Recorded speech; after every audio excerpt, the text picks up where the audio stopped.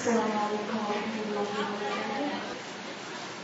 أعوذ بالله من الشيطان الرجيم. بسم الله الرحمن الرحيم. آمن الرسول بما أنزل إليه من ربه والمؤمنون كل آمن بالله وملائكته وكتبه ورسله لا نفرق بين أحد من رسله وقالوا سمعنا وأطعنا غفرانك ربنا وإليك المصير. لا يكلف الله نفسا إلا وسعها لها ما كسبت وعليها ما اكتسبت ربنا لا تؤاخذنا إن نسينا أو أخطأنا ربنا ولا تحمل علينا إصرا كما حملته على الذين من قبلنا ربنا ولا تحملنا ما لا طاقة لنا به واعف عنا واغفر لنا وارحمنا واعف عنا واغفر لنا وارحمنا أنت مولانا فانصرنا على القوم الكافرين.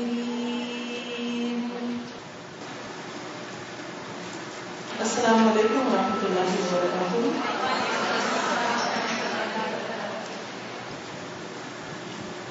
نحمده ونصلي على رسوله الكريم اما بعد فاعوذ بالله من الشيطان الرجيم بسم الله الرحمن الرحيم رب اشرح لي صدري ويسر لي امري واحلل عقدة من لساني يفقهوا قولي. میری آج کی گفتگو کا عنوان ہے ایمان کی کمزوری کے اسباب اور اس کا علاج. الحمدللہ ہم سب ان خوش نصیبوں میں سے ہیں کہ جنہیں اللہ تعالیٰ نے مسلمان گھرانوں میں پیدا کیا اور ہمارے ماں باپ نے بچپن سے ہی ہمیں سب سے پہلے اللہ کا نام اور اللہ کی وحدانیت کا کلمہ لا الہ الا اللہ سکھایا. پھر بڑے ہو کر ہم نے شعوری طور پر یہ کلمہ پڑھا. ہم سب اللہ پر ایمان رکھتے ہیں، لیکن بہت دفعہ ایسا ہوتا ہے کہ ایمان رکھنے کے باوجود، دل سے ماننے کے باوجود، زبان سے اقرار کرنے کے باوجود ہمارا عمل اس کے مطابق نہیں ہوتا، اور عمل میں بھی فلکچویشن ہوتی رہتی ہے. کبھی عمل بہت اچھا ہو جاتا ہے اور کبھی عمل بالکل زیرو پہ آ جاتا ہے اور فکر بھی ہونے لگتی ہے. کبھی ایسا بھی ہوتا ہے کہ اپنے اوپر نفاق کا شک ہونے لگتا ہے اور ڈر آنے لگتا ہے کہ کہیں ایسا تو نہیں کہ ہم منافق ہو گئے ہیں. ہم سب ان کیفیات سے بار بار گزرتے ہیں اور ان کا اظہار بھی کرتے رہتے ہیں. اکثر لوگوں کا یہ تکیہ کلام ہوتا ہے کہ ایمان کا لیول ڈاؤن ہو رہا ہے، یا یہ کہتے ہیں کہ ایمان کی وہ کیفیت نہیں محسوس ہو رہی، یا ایمان کی حلاوت محسوس نہیں ہو رہی. اور یہ بھی ہم اچھی طرح جانتے ہیں کہ ایمان گھٹتا اور بڑھتا ہے، ایک جیسا نہیں رہتا. اور اس کا پتہ کیسے چلتا ہے؟ ہمارے عمل کے بدلنے سے. ایمان زیادہ ہوتا ہے تو عمل اچھا ہوتا ہے، ایمان کم ہوتا ہے تو عمل بھی کم ہونے لگتا ہے. تو اس لیے یہ بہت ضروری معلوم ہوتا ہے کہ ہم سب ایمان کی کمزوری کے اسباب کو اچھی طرح جانیں اور ان کا علاج بھی کرتے رہیں.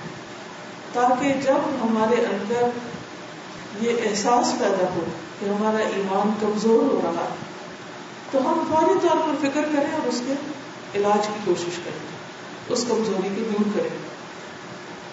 اب دیکھیں کہ ہمارے جسم میں بھی بعض اوقات بیماری کی وجہ سے، بعض اوقات عمر کے زیادہ ہونے کے ساتھ ساتھ بہت سی کمزوریاں ہوتی رہتی ہیں۔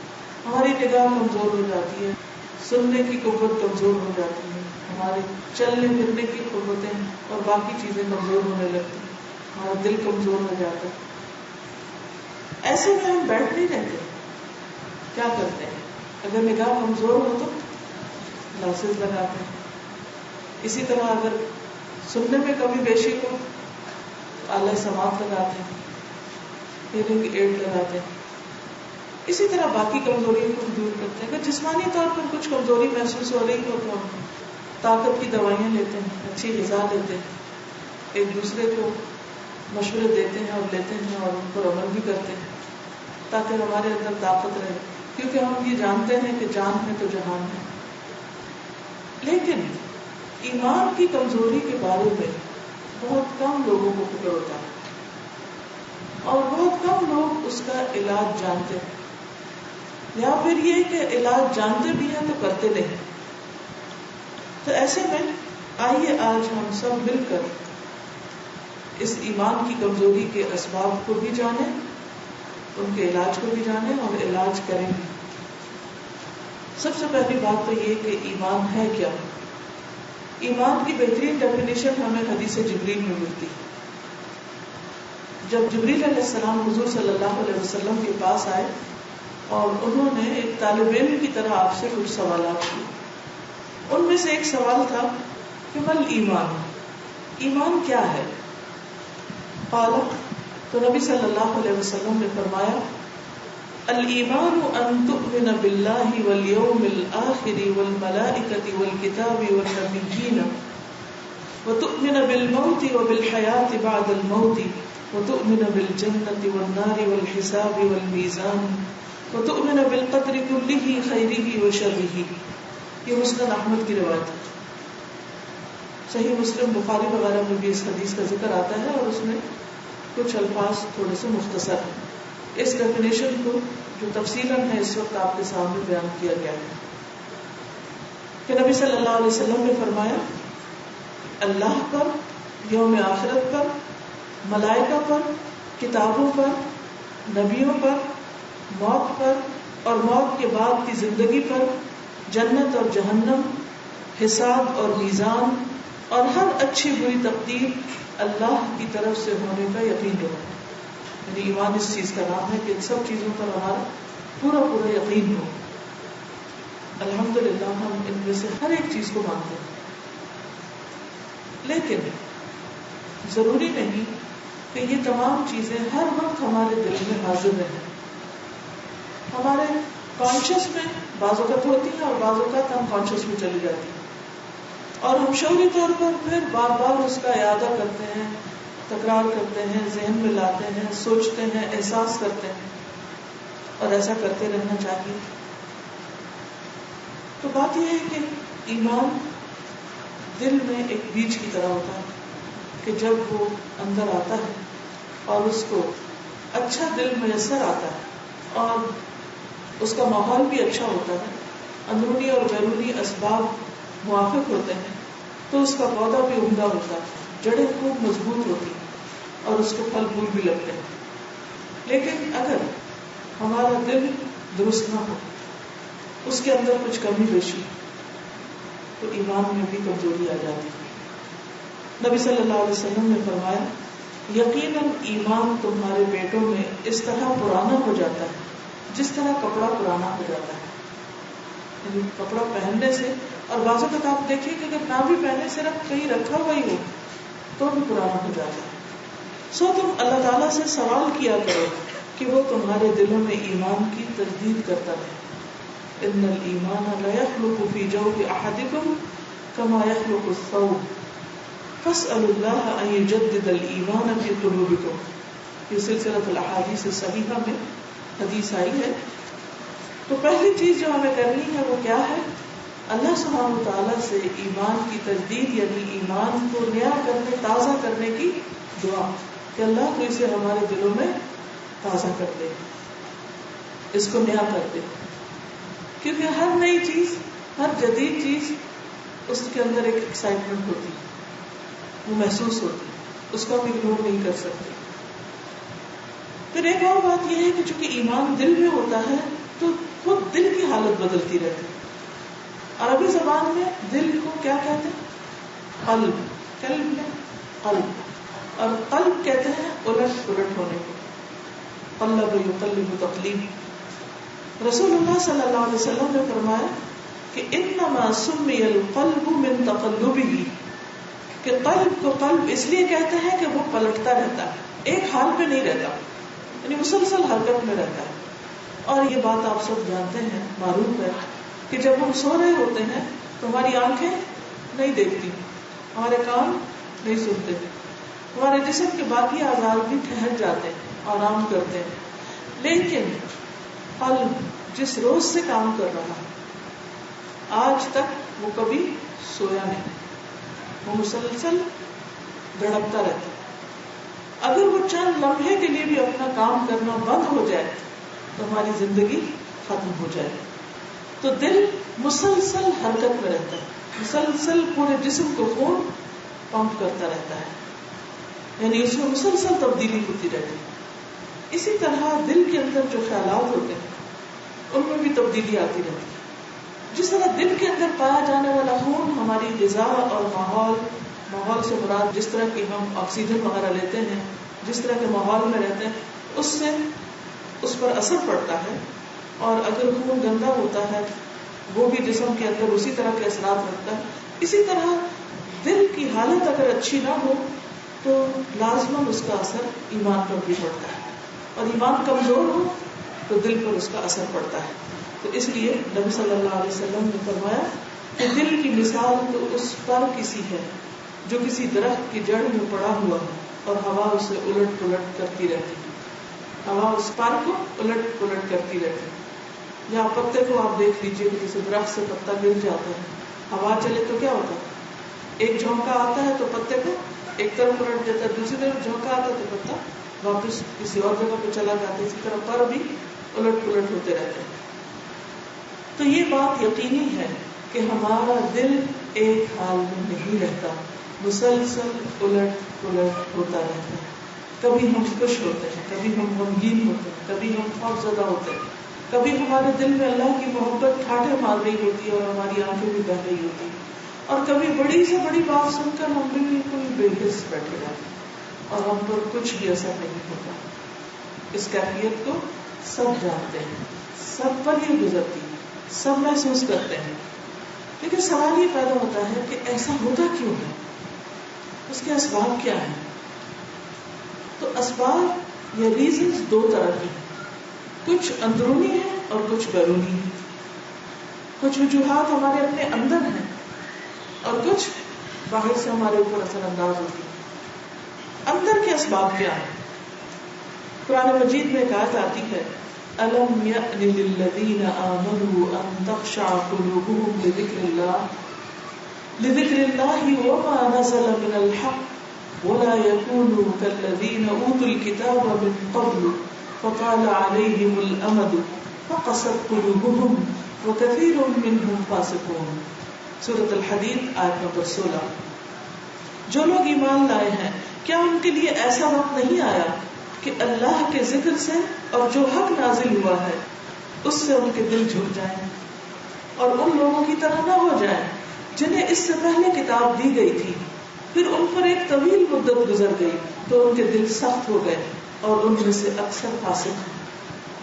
اب یہاں پر آپ دیکھیے کہ ایک طرف یہ بات کی گئی ہے کہ جب اللہ کا ذکر ہوتا ہے اور جو اللہ نے حق میں سے اتارا ہے وہ انسان پڑھتا ہے یا سنتا ہے تو دل کی حالت بدلتی ہے, دل کے اندر ایک خشوع آتا ہے, دل کے اندر ایک لرزہ آتا ہے, دل کی کیفیت اور حالت بدلتی ہے. لیکن کچھ لوگوں کی نہیں بدلتی. کیوں؟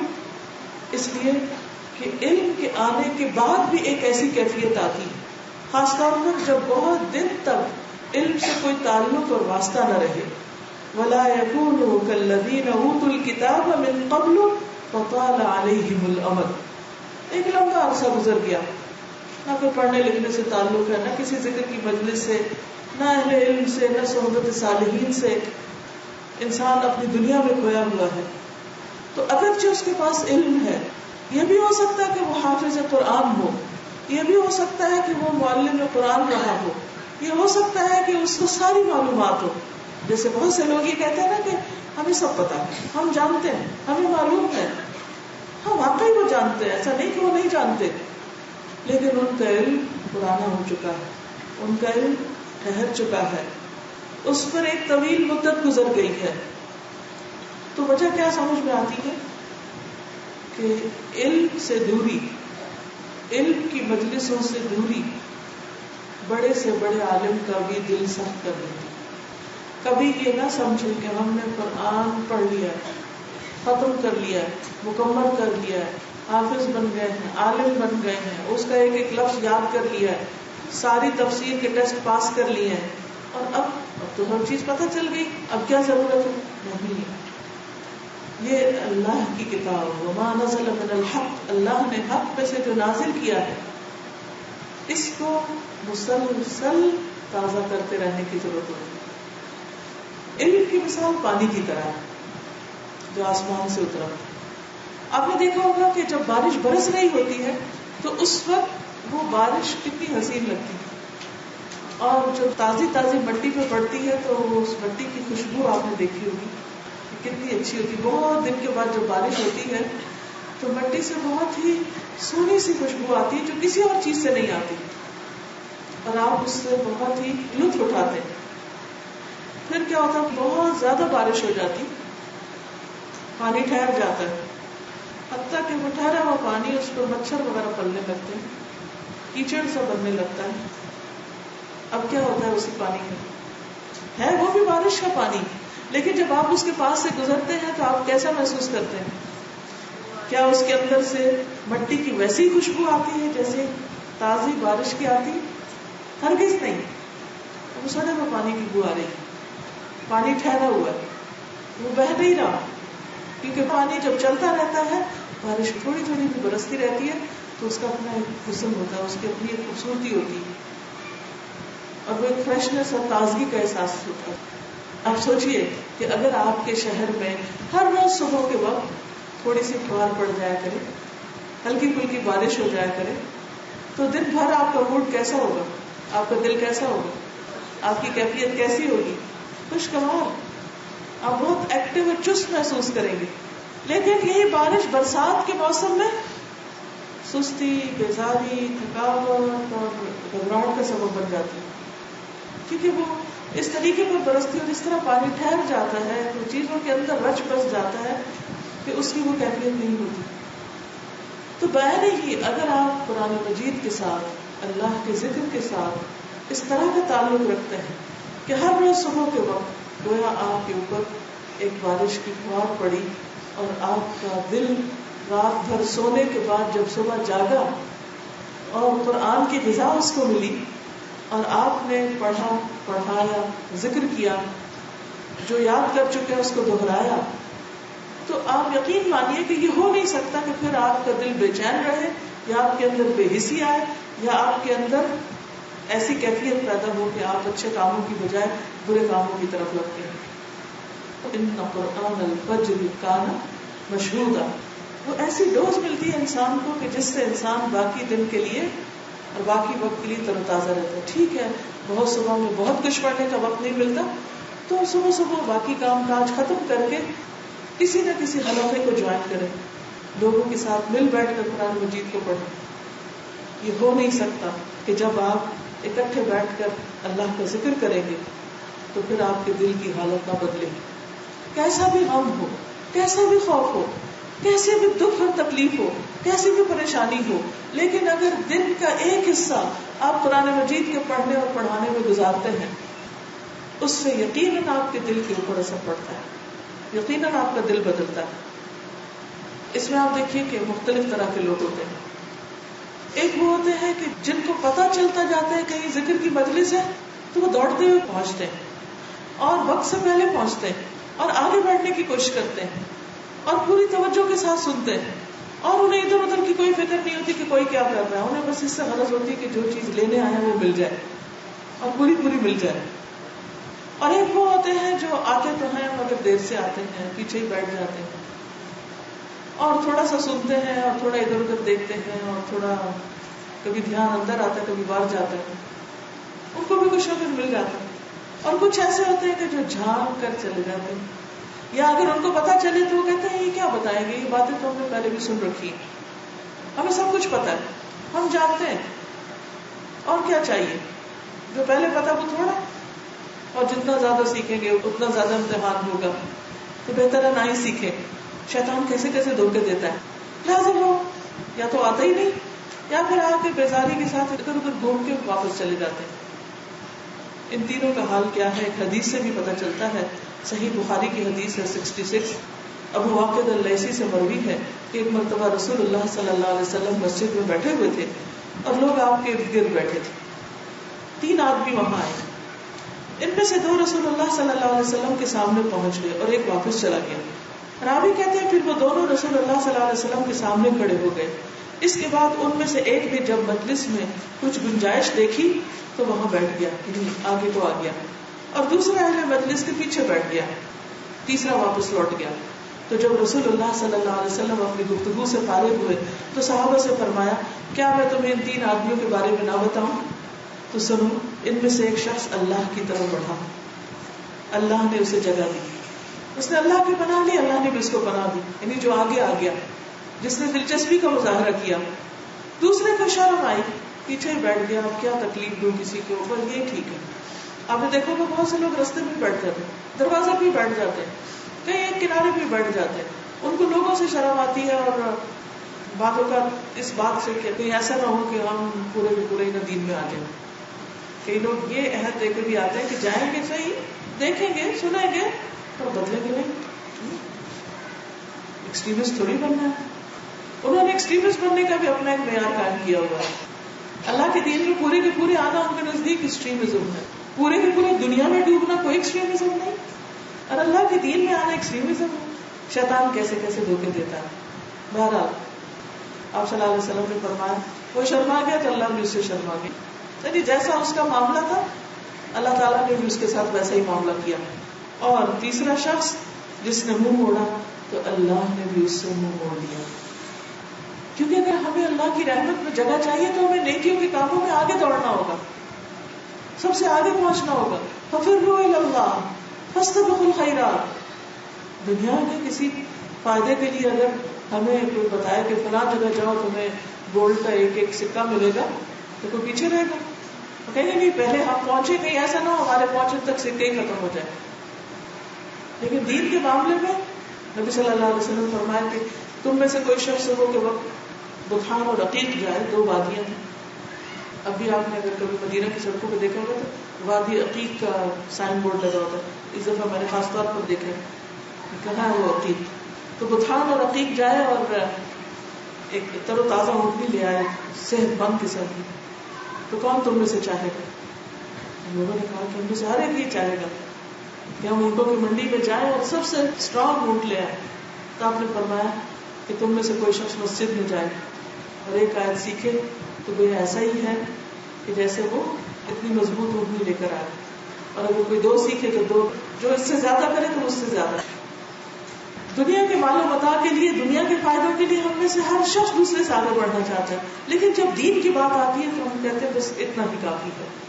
یہ کافی نہیں ہے, کیونکہ دل ایک حالت میں نہیں رہ سکتا, اس کو روز غذا چاہیے. جیسے روز پیٹ کو کھانا چاہیے نا, ایسے ہی دل کو بھی روز غذا چاہیے ہوتی ہے. اور اس کی غذا کیا ہے؟ اللہ کا ذکر ہے, اللہ کی کتاب ہے, اللہ نے حق میں سے جو اتارا ہے وہ ہے. اور پھر صرف یہ نہیں کہ ہم اکیلے بیٹھ کے پڑھ لیں, بلکہ کسی مجلس میں حاضر ہونا اور دوسروں کے ساتھ مل بیٹھ کر پڑھنا, یہ بھی ایمان کو بڑھانے کا ذریعہ بنتا ہے. لیکن عموماً اس سے کیا چیز روکتی, ایمان کی کمزوری کیوں آتی؟ اس کی وجہ کیا ہے؟ اس کی وجہ ہے سستی, غفلت, اعراض. ہمارے اندر کا جو ایمان کمزور ہوتا ہے تو اس میں سب سے پہلے ہمارا اپنا قصور ہوتا ہے. ہم غفلت برتتے ہیں, ہم پیچھے رہتے ہیں, ہم ٹال مٹول کرتے رہتے ہیں. ہم سوچتے ہیں اچھا ابھی کریں گے, اچھا آج نہیں کل چلے جائیں گے, اچھا ابھی ذرا یہ کام ختم ہو جائے تو پھر ہم کہیں داخلہ لے لیں گے, پھر ہم کوئی حلقہ جوائن کر لیں گے, ابھی یہ مصروفیت ہے. اور ہر ایج کے لوگ اپنی کوئی نہ کوئی مصروفیت کا بہانہ کرتے رہتے ہیں, اور جنہیں جانا ہوتا ہے وہ سب چھوڑ کے چلے بھی جاتے ہیں, کیونکہ دنیا کے کام تو کبھی ختم ہو بھی نہیں سکتے. قرآن مجید میں آتا ہے منافقین کے بارے میں, وَإِذَا أُنزِلَتْ سُورَةٌ أَنْ آمِنُوا بِاللَّهِ وَجَاهِدُوا مَعَ رَسُولِهِ اسْتَأْذَنَكَ أُولُو الطَّوْلِ مِنْهُمْ وَقَالُوا ذَرْنَا نَكُنْ مَعَ الْقَاعِدِينَ رَضُوا بِأَنْ يَكُونُوا مَعَ الْخَوَالِفِ وَطُبِعَ عَلَى قُلُوبِهِمْ فَهُمْ لَا يَفْقَهُونَ. اور جب کوئی صورت نازل ہوتی ہے کہ اللہ پر ایمان لاؤ, جب کوئی صورت نازل ہوتی ہے, اس دور میں تو صورتیں نازل ہو رہی, اب نازل تو ہو چکی لیکن ایک کے بعد ایک پڑھی جاتی ہیں یا کہیں پڑھائی جاتی ہیں, تو اس میں کیا ہوتا ہے کہ اللہ پر ایمان, یعنی ایمان کی تجدید کرتی ہیں اور اس کے رسول کے ہمراہ جہاد کرو. تو ان منافقوں میں سے کھاتے پیتے لوگ آپ سے اجازت طلب کرنے لگتے ہیں, وہ چھٹی مانگنے لگتے ہیں, پیچھے رہنے لگتے ہیں اور کہتے ہیں ہمیں رہنے دیجیے, ذرنا نکن مع القاعدین, کہ ہم پیچھے بیٹھ رہنے والوں کے ساتھ رہیں. ان لوگوں نے پیچھے رہنے والوں میں شامل ہونا پسند کیا اور ان کے دلوں پر مہر لگا دی گئی, لہٰذا اب وہ کچھ نہیں سمجھتے. تو اس سے کیا پتہ چلتا ہے کہ جب انسان نیکی کے کام میں پیچھے رہتا ہے تو پیچھے ہی رہ جاتا ہے, دل بے حس ہوتا جاتا ہے, دلوں پر مہر لگتی جاتی ہے.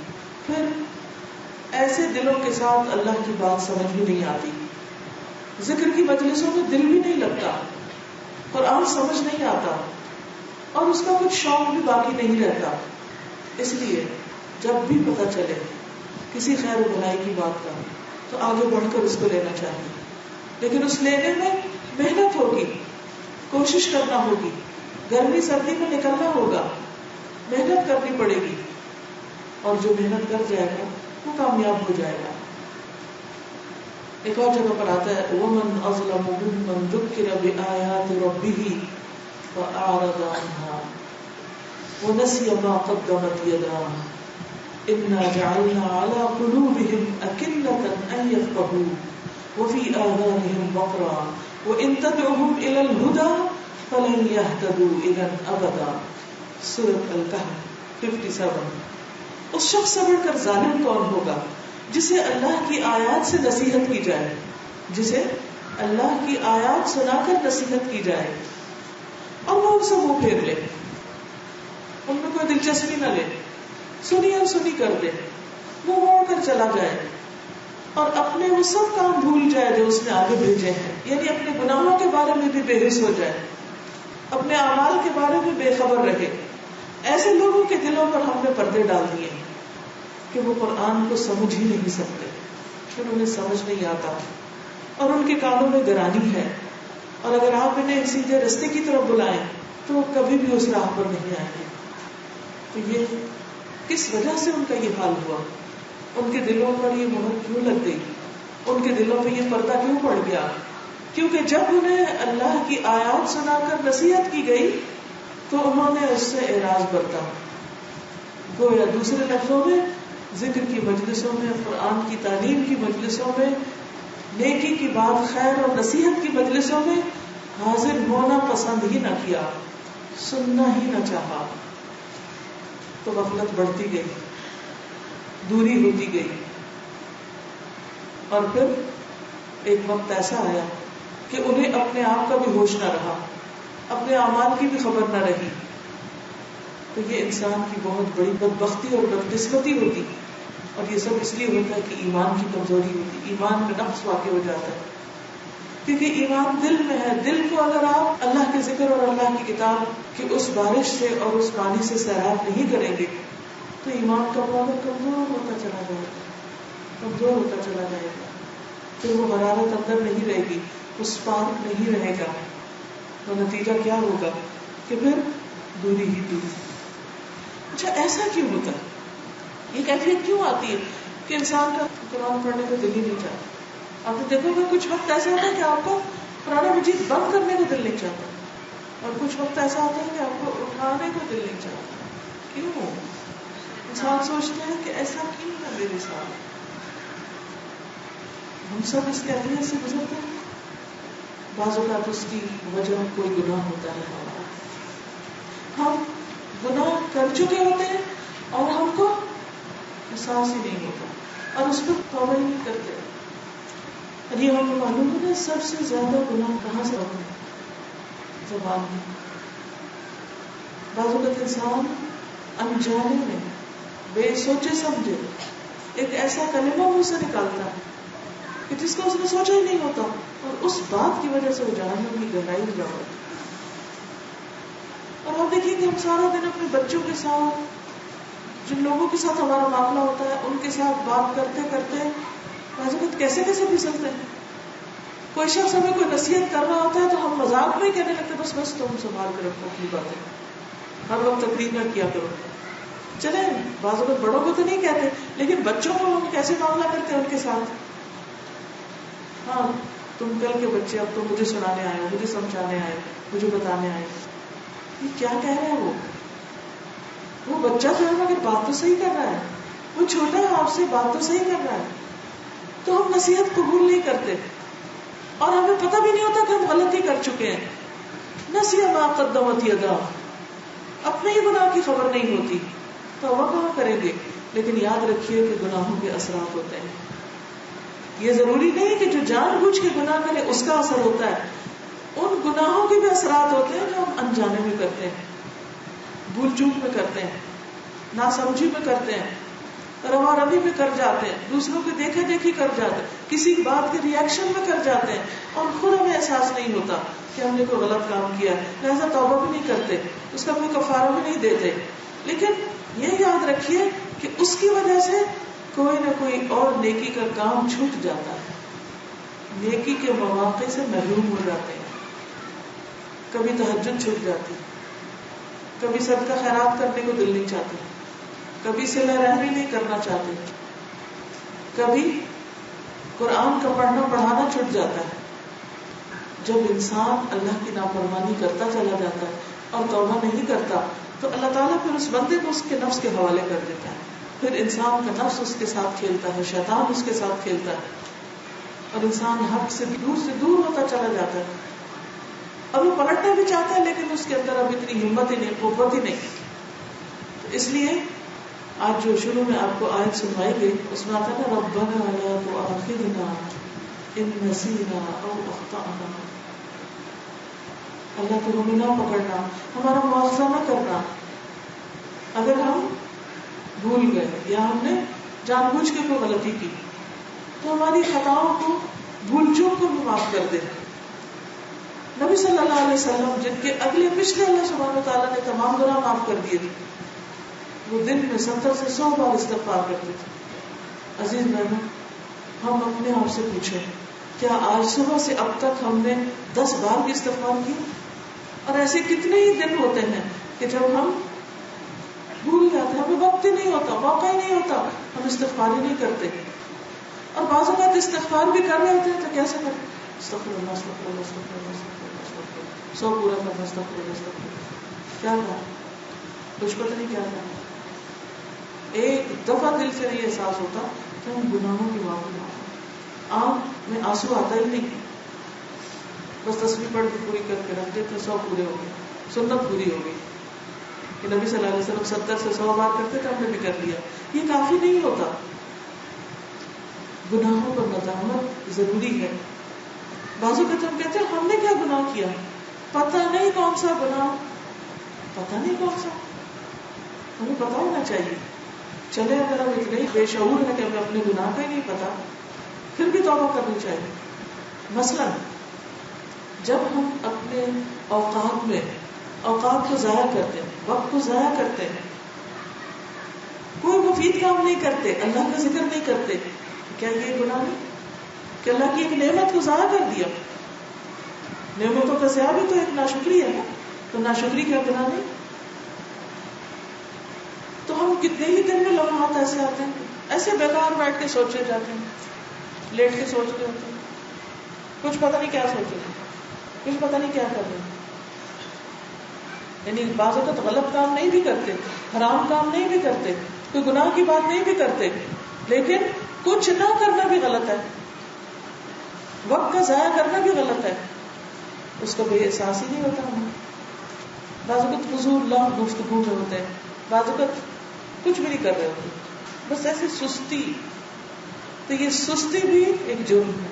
نبی صلی اللہ علیہ وسلم نے اس سے پناہ مانگی تھی، اللہم انی اعوذ بک من الہم والحزن والعجز والکسل والجبن والبخل وغلبۃ الدین وقہر الرجال.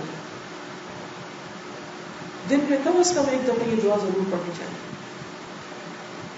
پھر آپ دیکھیے کہ رسول اللہ صلی اللہ علیہ وسلم نے فرمایا کہ گناہ دلوں پر غالب آنے والا ہے، یعنی گناہ کے اثرات دل پر ضرور پڑتے ہیں. حضرت علی بن ابی طالب سے روایت ہے کہ رسول اللہ صلی اللہ علیہ وسلم نے فرمایا، چاند کے سامنے آنے والی بدلی کی طرح ہر دل پر گناہوں کی بدلی چھا جاتی. یعنی رات کو 14ویں کا چاند بھی چڑھا ہوا ہو، رات آپ نے شاید منظر دیکھا ہو، کافی بڑا تھا چاند، لیکن آگے بادل آئے ہوئے تھے تو پوری طرح ویزیبل نہیں تھا. دل ہی چاہ رہا تھا کہ ذرا یہ ہٹ جائے تو اچھے سے دیکھ پائے. تو بہرحال آپ نے فرمایا کہ جیسے چاند چمک رہا ہوتا ہے اور اچانک اس کے سامنے بدلی آ جاتی ہے اور وہ تاریک ہو جاتا ہے، کچھ نظر نہیں آتا. جب بدلی سامنے سے ہٹ جاتی ہے تو وہ روشن ہو جاتا ہے. یہی معاملہ دل کا ہے. جب ہم گناہ کرتے ہیں تو کیا ہوتا ہے، وہ چمکتے دل کے سامنے ایک بادل سا آ جاتا ہے، ایک غبار سا آ جاتا ہے. اور جب ہم توبہ استغفار کرتے ہیں، آنسو بہاتے ہیں، اللہ کے آگے روتے ہیں، برائی کو بھلائی سے دور کرتے ہیں، غلطی ہو گئی، کوتاہی ہو گئی، کچھ بھی ضائع ہو گیا، اس کے بعد ہم دوبارہ کچھ اچھا کرنے لگتے ہیں، تو پھر کیا ہوتا ہے، دل صاف ہونے لگتا ہے. یعنی جیسے بادل سے بارش نکلتی ہے تو آسمان صاف ہوتا ہے، اور اس کے بعد جو کچھ نظر آتا ہے وہ پہلے سے بھی زیادہ. تو اسی طرح جب بھی یہ محسوس ہو کہ دل بوجھل ہو رہا ہے اور دل لگ نہیں رہا، تو پھر کیا کرنا چاہیے، کوشش کر کے اللہ سے رو کر توبہ استغفار کر کے دعا کرنی چاہیے، تاکہ آنسو کی اس بارش سے دل کا غم، جو غمام ہوتا ہے وہ بادل کو کہتے ہیں، تو غم بھی اسی سے. تو جو دل کے اندر ایک بھاری پن کی کیفیت ہوتی ہے، غم کی یا ایک دھندلے پن کی، اس کے لیے رونا ضروری ہوتا ہے، اس کے لیے استغفار ضروری ہوتا ہے. اور اگر اندر رونا نہیں آ رہا تو باہر سے کوئی قرآن پڑھیے، اس بارش کا چھینٹا پڑے تو اس سے انشاءاللہ تعالیٰ وہ مطلب آلود جو ہے وہ صاف ہو جائے گا انشاءاللہ.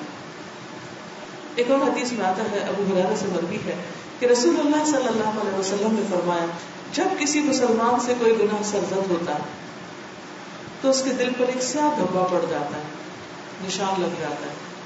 اگر وہ توبہ استغفار کر لے تو اس کا دل پھر سے صاف اور روشن ہو جاتا ہے، ورنہ جتنے گناہ بڑھتے جاتے ہیں اتنے ہی سیاہ دھبے بڑھتے جاتے ہیں، حتیٰ کہ اس کے دل پر وہ زنگ چھا جاتا ہے جس کا ذکر اللہ تعالیٰ نے قرآن مجید میں کیا، کلا بل ران علی قلوبہم ما کانوا یکسبون.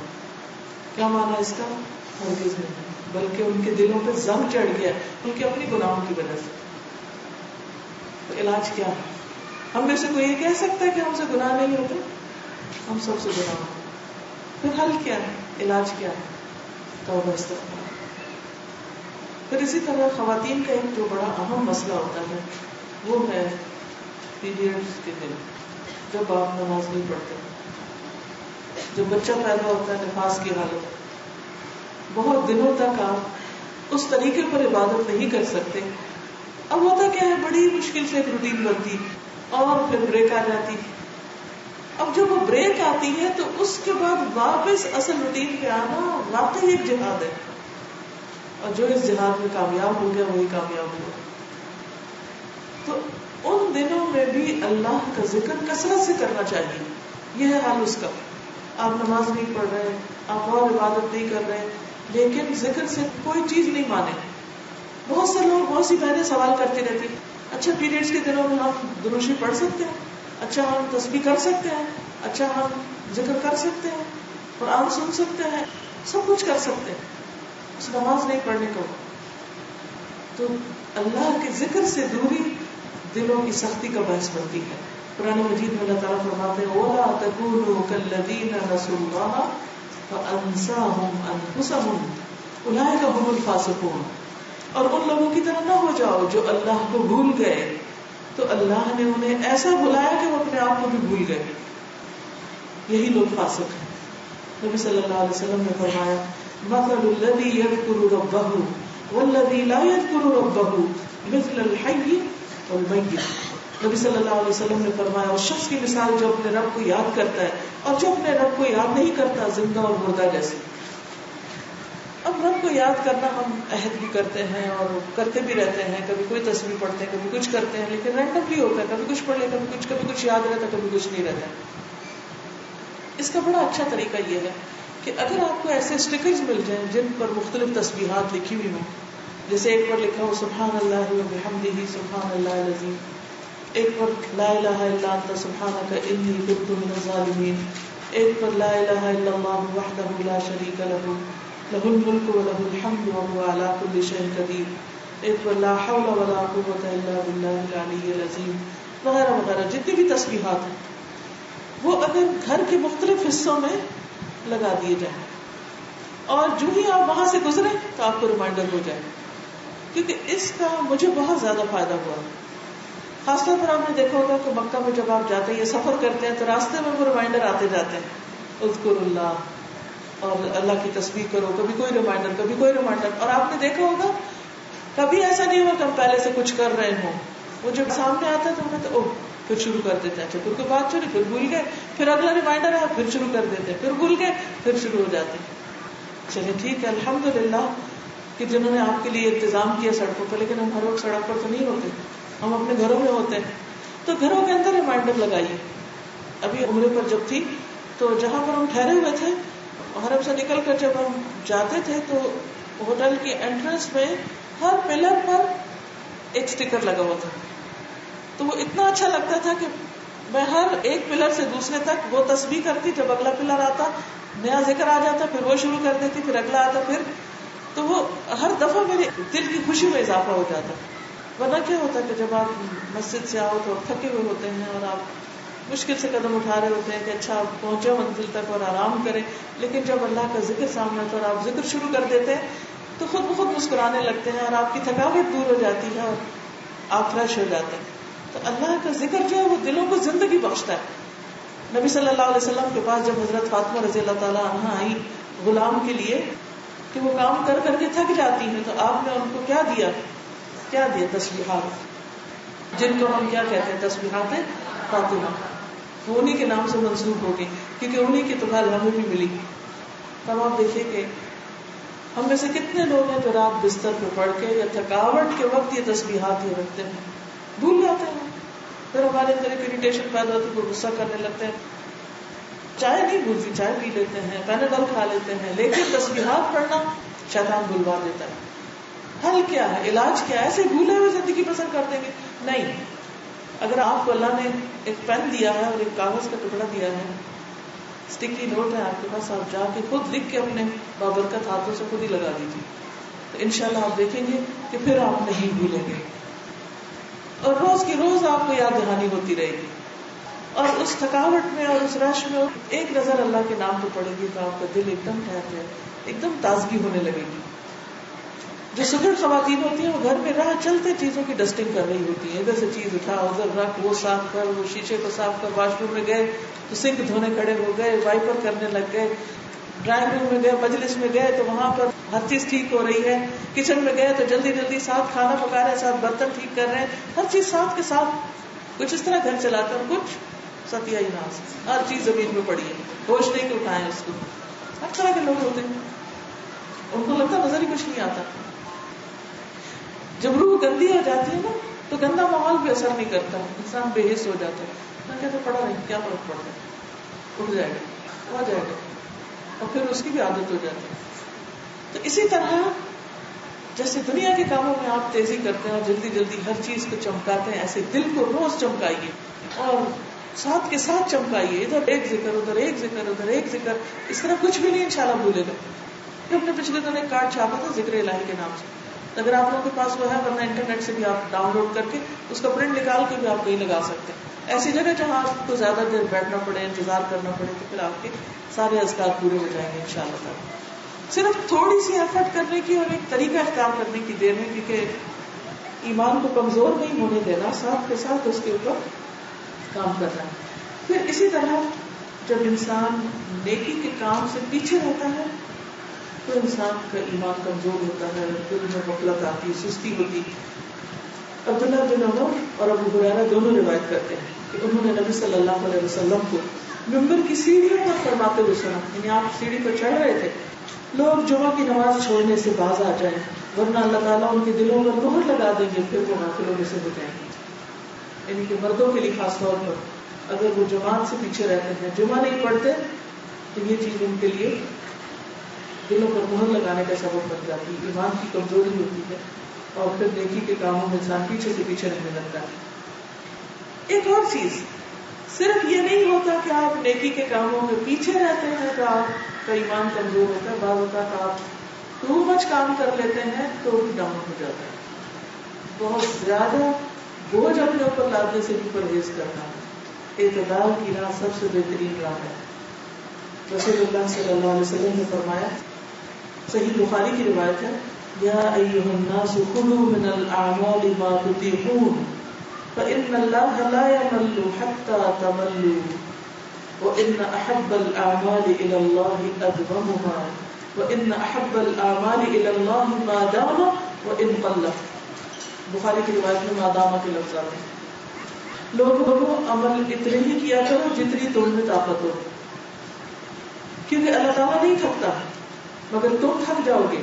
اور اللہ تعالیٰ کے نزدیک پسندیدہ عمل وہ ہے جسے پابندی سے ہمیشہ کیا جائے، خواہ وہ کم ہو، تھوڑا ہو لیکن مسلسل ہو.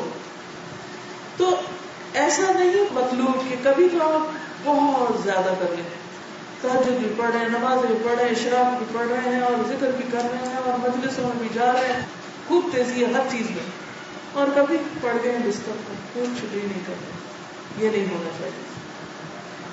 اعتدال، روٹین بنائیں، ٹائم ٹیبل بنائیں، ریگولیرٹی لائیں. ڈیلی بھی ہو سکتا ہے ٹائم ٹیبل، ویکلی بھی ہو سکتا ہے، منتھلی بھی ہو سکتا ہے، اینوئل بھی. اپنا پلانر ایک بنائیں کہ ایک سال میں آپ نے کیا کرنا ہے، پھر اس کو مہینوں میں بانٹ لیں، ہر مہینے میں کتنا کرنا ہے، پھر اس کو ہفتوں میں بانٹ لیں، ہر ہفتے کتنا کرنا ہے، پھر اس کو دنوں میں، اور پھر دن کے بھی گھنٹوں میں. بہت سے لوگ مجھ سے سوال کرتے ہیں کہ آپ نے یہ خدا کا کورس کیسے شروع کیا، سال میں کیسے ختم ہو جائے گا. اس کا آغاز بھی ایسے ہوا تھا کہ میں نے پورے سال کا ایک پلانر بنایا تھا کہ قرآن مجید میں کتنے پارے، کتنے جز ہیں، ہر جز میں تقریباً کتنے رکوع ہیں، کتنی آیتیں ہیں، اور کل کتنے دن ہیں سال کے، اور کتنے لیسن بننے چاہیے، اور کتنے دن چھٹی ہو سکتی ہے، اور کتنے دن کتنا. کرتے کرتے کرتے اب یقین کریں ایسے اللہ تعالیٰ نے جسے روشنی دے دی کہ پاسبل. اور اللہ کے فضل و کرم سے آج 18 سال میں اللہ کی رحمت اور برکت سے کہ اسی طریقے پر بہت سی بچیاں پورے ایک سال میں وہ کورس مکمل کر لیتے ہیں، کیونکہ وہ پورا ٹائم ٹیبل بنا ہوا. ایک کورس 6 جنوری کو شروع ہوتا ہے، اگر 1 جنوری کو چھٹی ہو تو 2 کو شروع ہو جاتا ہے، اور پھر اس کو 25 دسمبر کو ختم ہونا. ان 2 کے بیچ میں جتنے دن ہے اس میں پورا کام ڈیوائڈیڈ ہے، اور ہر روز آپ نے آ کے اتنا کام کرنا ہے. اگر ایک سال اپنے ساتھ کمٹمنٹ کر لیں کہ ہر روز اتنا کرنا ہے تو انشاءاللہ تعالیٰ آپ اس کام کو مکمل کر لیں. اسی طرح آپ ضروری نہیں کہ نظام میں ہی آ کے پڑھنے یا وہیں داخلہ لیں اور کوئی آپ کو پلانر بنا کے دے. آپ اپنے حالات کے مطابق خود اپنے لیے پلان کریں کہ اس ایک سال میں مجھے صحیح بخاری مکمل کرنی ہے. مثلا اب پوری بخاری کو دیکھ لیں، مثلا پیجز دیکھ لیں، کل پیجز کتنے ہیں، ابواب کتنے ہیں، کون سی چیز کتنی، مجھے ہر روز کتنا کام کرنا ہوگا. کیا میں ہر روز کر سکتی ہوں کہ ہفتے کے 4 دن کر سکتی ہوں، یا 5 دن کر سکتی ہوں، یا 3 دن کر سکتی ہوں، یا صرف 2 دن، یا صرف 1 دن. اگر آپ ہفتے میں 1 دن بھی مطلوبہ صفحات پڑھتے رہیں گے تو آپ دیکھیں گے سال کے آخر میں ایک بڑا حصہ کور ہو چکا ہوگا. الحمدللہ اس طریقے پر میں نے کئی کتابیں مکمل کی ہیں، صرف روزانہ کے 2 صفحے، بس 2 صفحے، اس سے زیادہ نہیں. وقت ہو بھی تو نہیں کیونکہ اور کچھ کام کرنے ہیں، اور اس کی اتنی برکت ہوتی ہے. لیکن چھوڑنا نہیں، کچھ ہو جائے چھوڑنا نہیں. وہ کرتے کرتے کرتے کتابوں پہ کتابیں ختم ہو جاتی. ورنہ پتہ کیا ہوتا ہے، وہ جب میں گھر میں کتابیں دیکھتی ہوں نا خرید کے لا کے رکھی ہوئی اور وہ بڑی نہیں ہوتی تو ہر دفعہ شرمندہ کرتی ہیں کیوں لا کے رکھی تھی. کچھ لوگ کتابیں کو خرید لیتے ہیں، لائبریری بھی بڑی عمدہ بناتے ہیں، بہترین قسم کی لکڑی لگا کے اور عمدہ ڈیزائن اور بہت شاندار قسم کی لائبریری، لیکن کتابیں بیچاری ان ٹچڈ نئی کی نئی پڑی رہتی ہیں. ایسی لائبریریوں کو دیکھ کر مجھے غور آتا ہے ان کا کیا بنے گا. یہ ہر روز دیکھ رہی ہے نا، یعنی کہ گواہی دے گی نا قیامت کے دن، دیواریں بھی اور ہر چیز. وہ کیوں نہیں ختم ہوئی، وہ کیوں نہیں پڑھی گئی، وہ کیوں نہیں دیکھی گئی؟ کیونکہ ہم نے کوئی پلان ہی نہیں بنایا. تو کیا کرنا چاہیے؟ چاہے ایک کتاب لے لیں، چھوٹی سی لے لیں. پہلے یہ عادت ڈالیں کہ ہر روز کرنا ہے. چلے ہر روز نہیں ہو سکتا کیونکہ مجھے ایک دن یہ کرنا ہوتا ہے، ایک دن یہ، ٹھیک ہے نہ کریں ہر روز. اپنے آپ سے خود پوچھیں کتنا کر سکتی ہوں، ٹرائی. اگر اتنا نہیں ہوا یا آپ کہتے ہیں زیادہ ہو سکتا ہے تو ٹیسٹنگ کر کے پھر آپ اصل تک پہنچیں گے. اتنا ہو سکتا ہے پھر آپ جم جائیں گے. تار پیڈو کے بارے میں آپ کو پتا ہوگا، پتا ہے کسی کو کیا ہوتا ہے تار پیڈو؟ سب مریض کو پتا کیا ہوتی ہے؟ پانی کے اندر ہوتی ہے. تو جب اس پہ اٹیک کیا جاتا ہے تو اس کو تلاش کرتے ہیں کس کے ذریعے؟ تار پیڈو کے ذریعے. اچھا وہ جس سے وہ تار کے ساتھ ہوتا ہے وہ الگ، وہ جب اس کو پھینکتے ہیں نا سمندر تو اپنی جو انٹیلیجنس ہوتی ہے اس کے ساتھ وہ ایک چیز سے جا کے ٹکراتا ہے، وہ سمجھتا ہے یہ میرا ہدف. پھر وہ دیکھتا نہیں یہ نہیں. پھر اس کے بعد وہ دوسری چیز کی طرف جاتا ہے، دوسرے وقت کہتا ہے یہ نہیں، یہ بھی نہیں. پھر تیسری، پھر چوتھی، حتیٰ کہ وہ اپنے نشانے تک پہنچ جاتا ہے. اب یہ جتنی بھی جگہ پہ غلط جگہ جا کے ٹکرا اور اس نے سمجھا کہ یہ ہے میرا نشانہ، تو وہ بھی اس کی کوشش ضائع نہیں ہوئی، کیونکہ اصل تک پہنچنے کے لیے اس کو یہ سارے تجربے کرنے تھے. اور اگر وہ کہے نہیں کوئی نہیں ملنا، کچھ نہیں ہونا، فائدہ نہیں. بعض اوقات آپ کو اپنی منزل پانے کے لیے بہت زیادہ ٹکریں کھانی پڑتی ہیں، بہت سی غلطیاں آپ سے ہوتی ہیں، بہت سا وقت ضائع ہو جاتا ہے، لیکن وہ سارا آپ کے تجربے میں شامل ہوتا رہتا ہے، وہ ضائع نہیں ہوتا حتیٰ کہ آپ اپنے نشانے کو پہنچ جاتے ہیں. آپ دیکھیں کہ موسیٰ علیہ السلام کیسی کیسی منزلوں سے گزرے، جو قرآن مجید پڑھ چکے ہیں سب کو معلوم ہے. کہاں پیدا ہوئے، کہاں ان کو اٹھایا گیا اس باسکٹ سے، پھر کس طرح ان کی ماں کے پاس لایا گیا، کس طرح وہ کہاں پلے بڑھے، پھر کس طرح وہ گھر سے نکلے اور کس طرح ان کے ہاتھوں قتل خطا ہوا، اور پھر کس طرح وہ ملک چھوڑ کے چلے گئے، اور پھر کئی سال وہ بکریاں چراتے رہے. یہ سب کیا ہو رہا تھا؟ بظاہر یوں لگ رہا تھا نا کہ یہ 40 سال ضائع ہو رہے ہیں. یہ ضائع نہیں ہو رہے تھے، یہ ساری تیاری ہو رہی تھی. کس کام کی؟ اس کام کی کہ جس کے لیے اللہ نے ان کو چنا تھا. فرمایا قد جئت علی قدری یا موسیٰ اور واصطنعتک لنفسی، میں نے تجھے اپنے کام کا بنا لی. انسان بعض اوقات زندگی میں اتنی ٹھوکریں کھاتا ہے، اتنی اس کی کٹائی ہوتی ہے، اتنی اس کی گڑائی ہوتی ہے کہ ایک وقت آتا ہے کہ اللہ کے کام کا بنتا ہے. اس وقت کا انتظار کیجیے، لیکن اس سے پہلے مختلف چیزیں ٹرائی کرتے رہیں. جہد مسلسل چاہیے.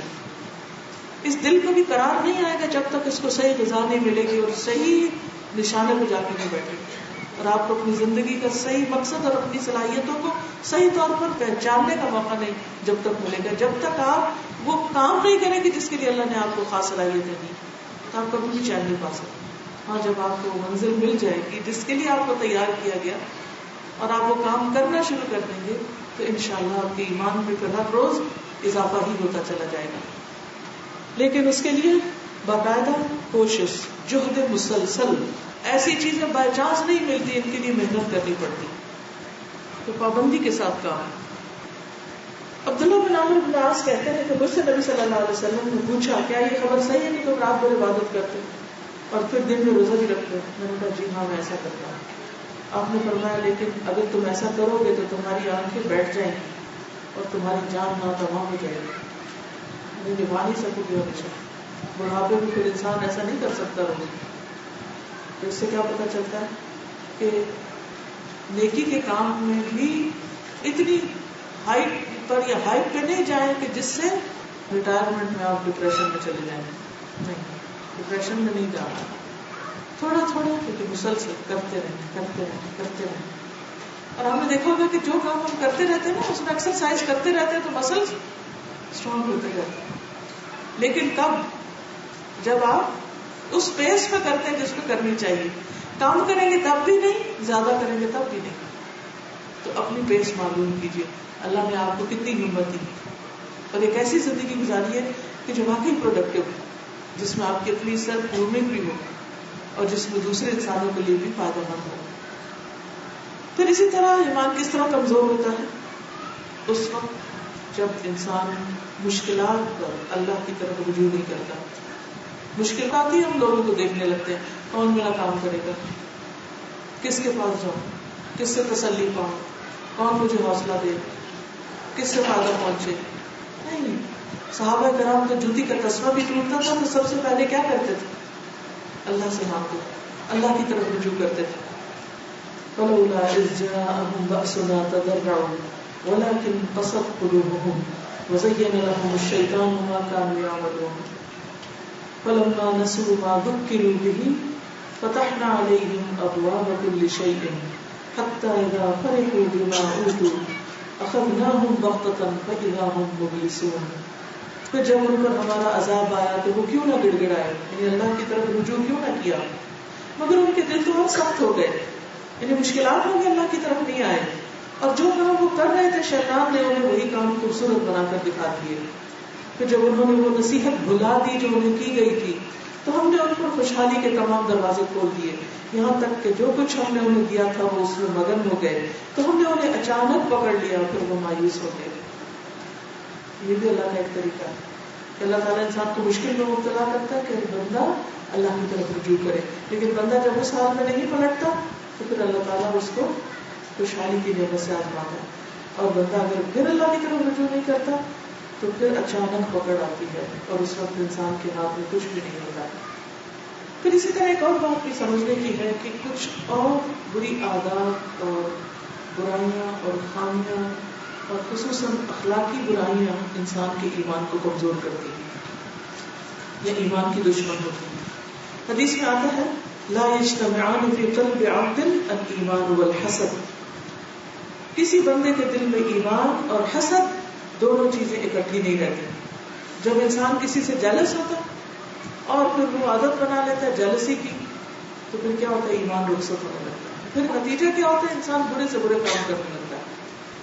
کسی کی نعمت دیکھ کر, چاہے کسی کا حسن ہو, کسی کا لباس ہو, کسی کا گھر ہو, کچھ بھی ہو, کسی کی بھی خیر اور بھلائی دیکھ کر اس سے حسد نہیں کرنا. فوراً اس وقت کیا چاہے, اللہ تو مجھے اپنے فضل سے عطا کرے. اور کسی کی نعمت کے زوال کی دعا نہ مانگے اور اس کی خواہش اور تمنا نہ کرے. اور اسی طرح کسی کی تکلیف پر خوش نہ ہو, شکر.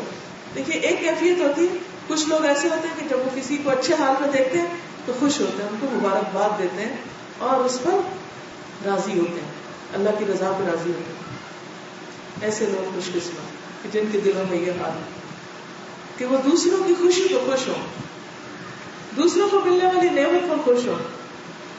کچھ لوگ ایسے ہوتے ہیں کہ جو کسی کی خوشی دیکھ کے برداشت نہیں کر سکتے اور وہ کیا تمنا کرتے ہیں کہ ان سے یہ نعمت چلی جائے.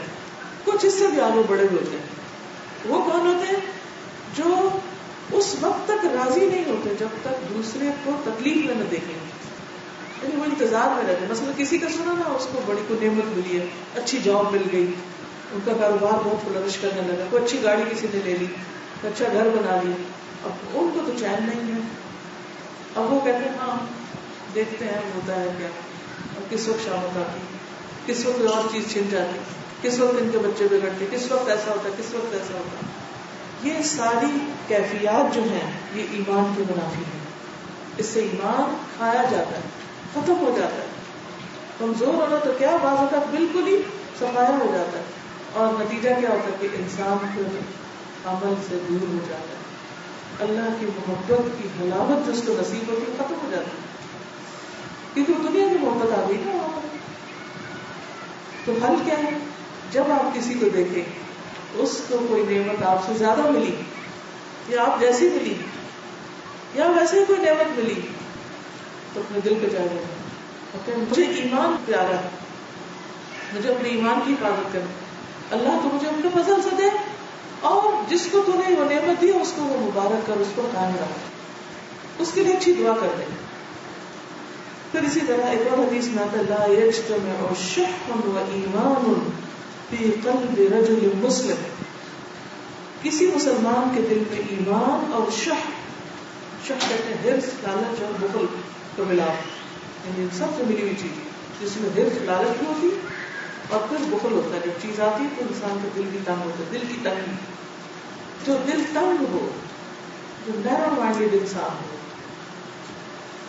جس کو دوسرے کی کامیابی کبھی اچھی نہ لگے، وہ کسی کو معاف نہ کر سکے، کسی کو دعا نہ دے سکے، تو ایسے شخص کے لیے بھی آفت، اس کا بھی ایمان کھایا جاتا ہے، ایمان ختم ہو جاتا ہے. تو یہ کچھ چیزیں تھیں جو انسان کے اپنے ہی اندر ہوتی ہیں.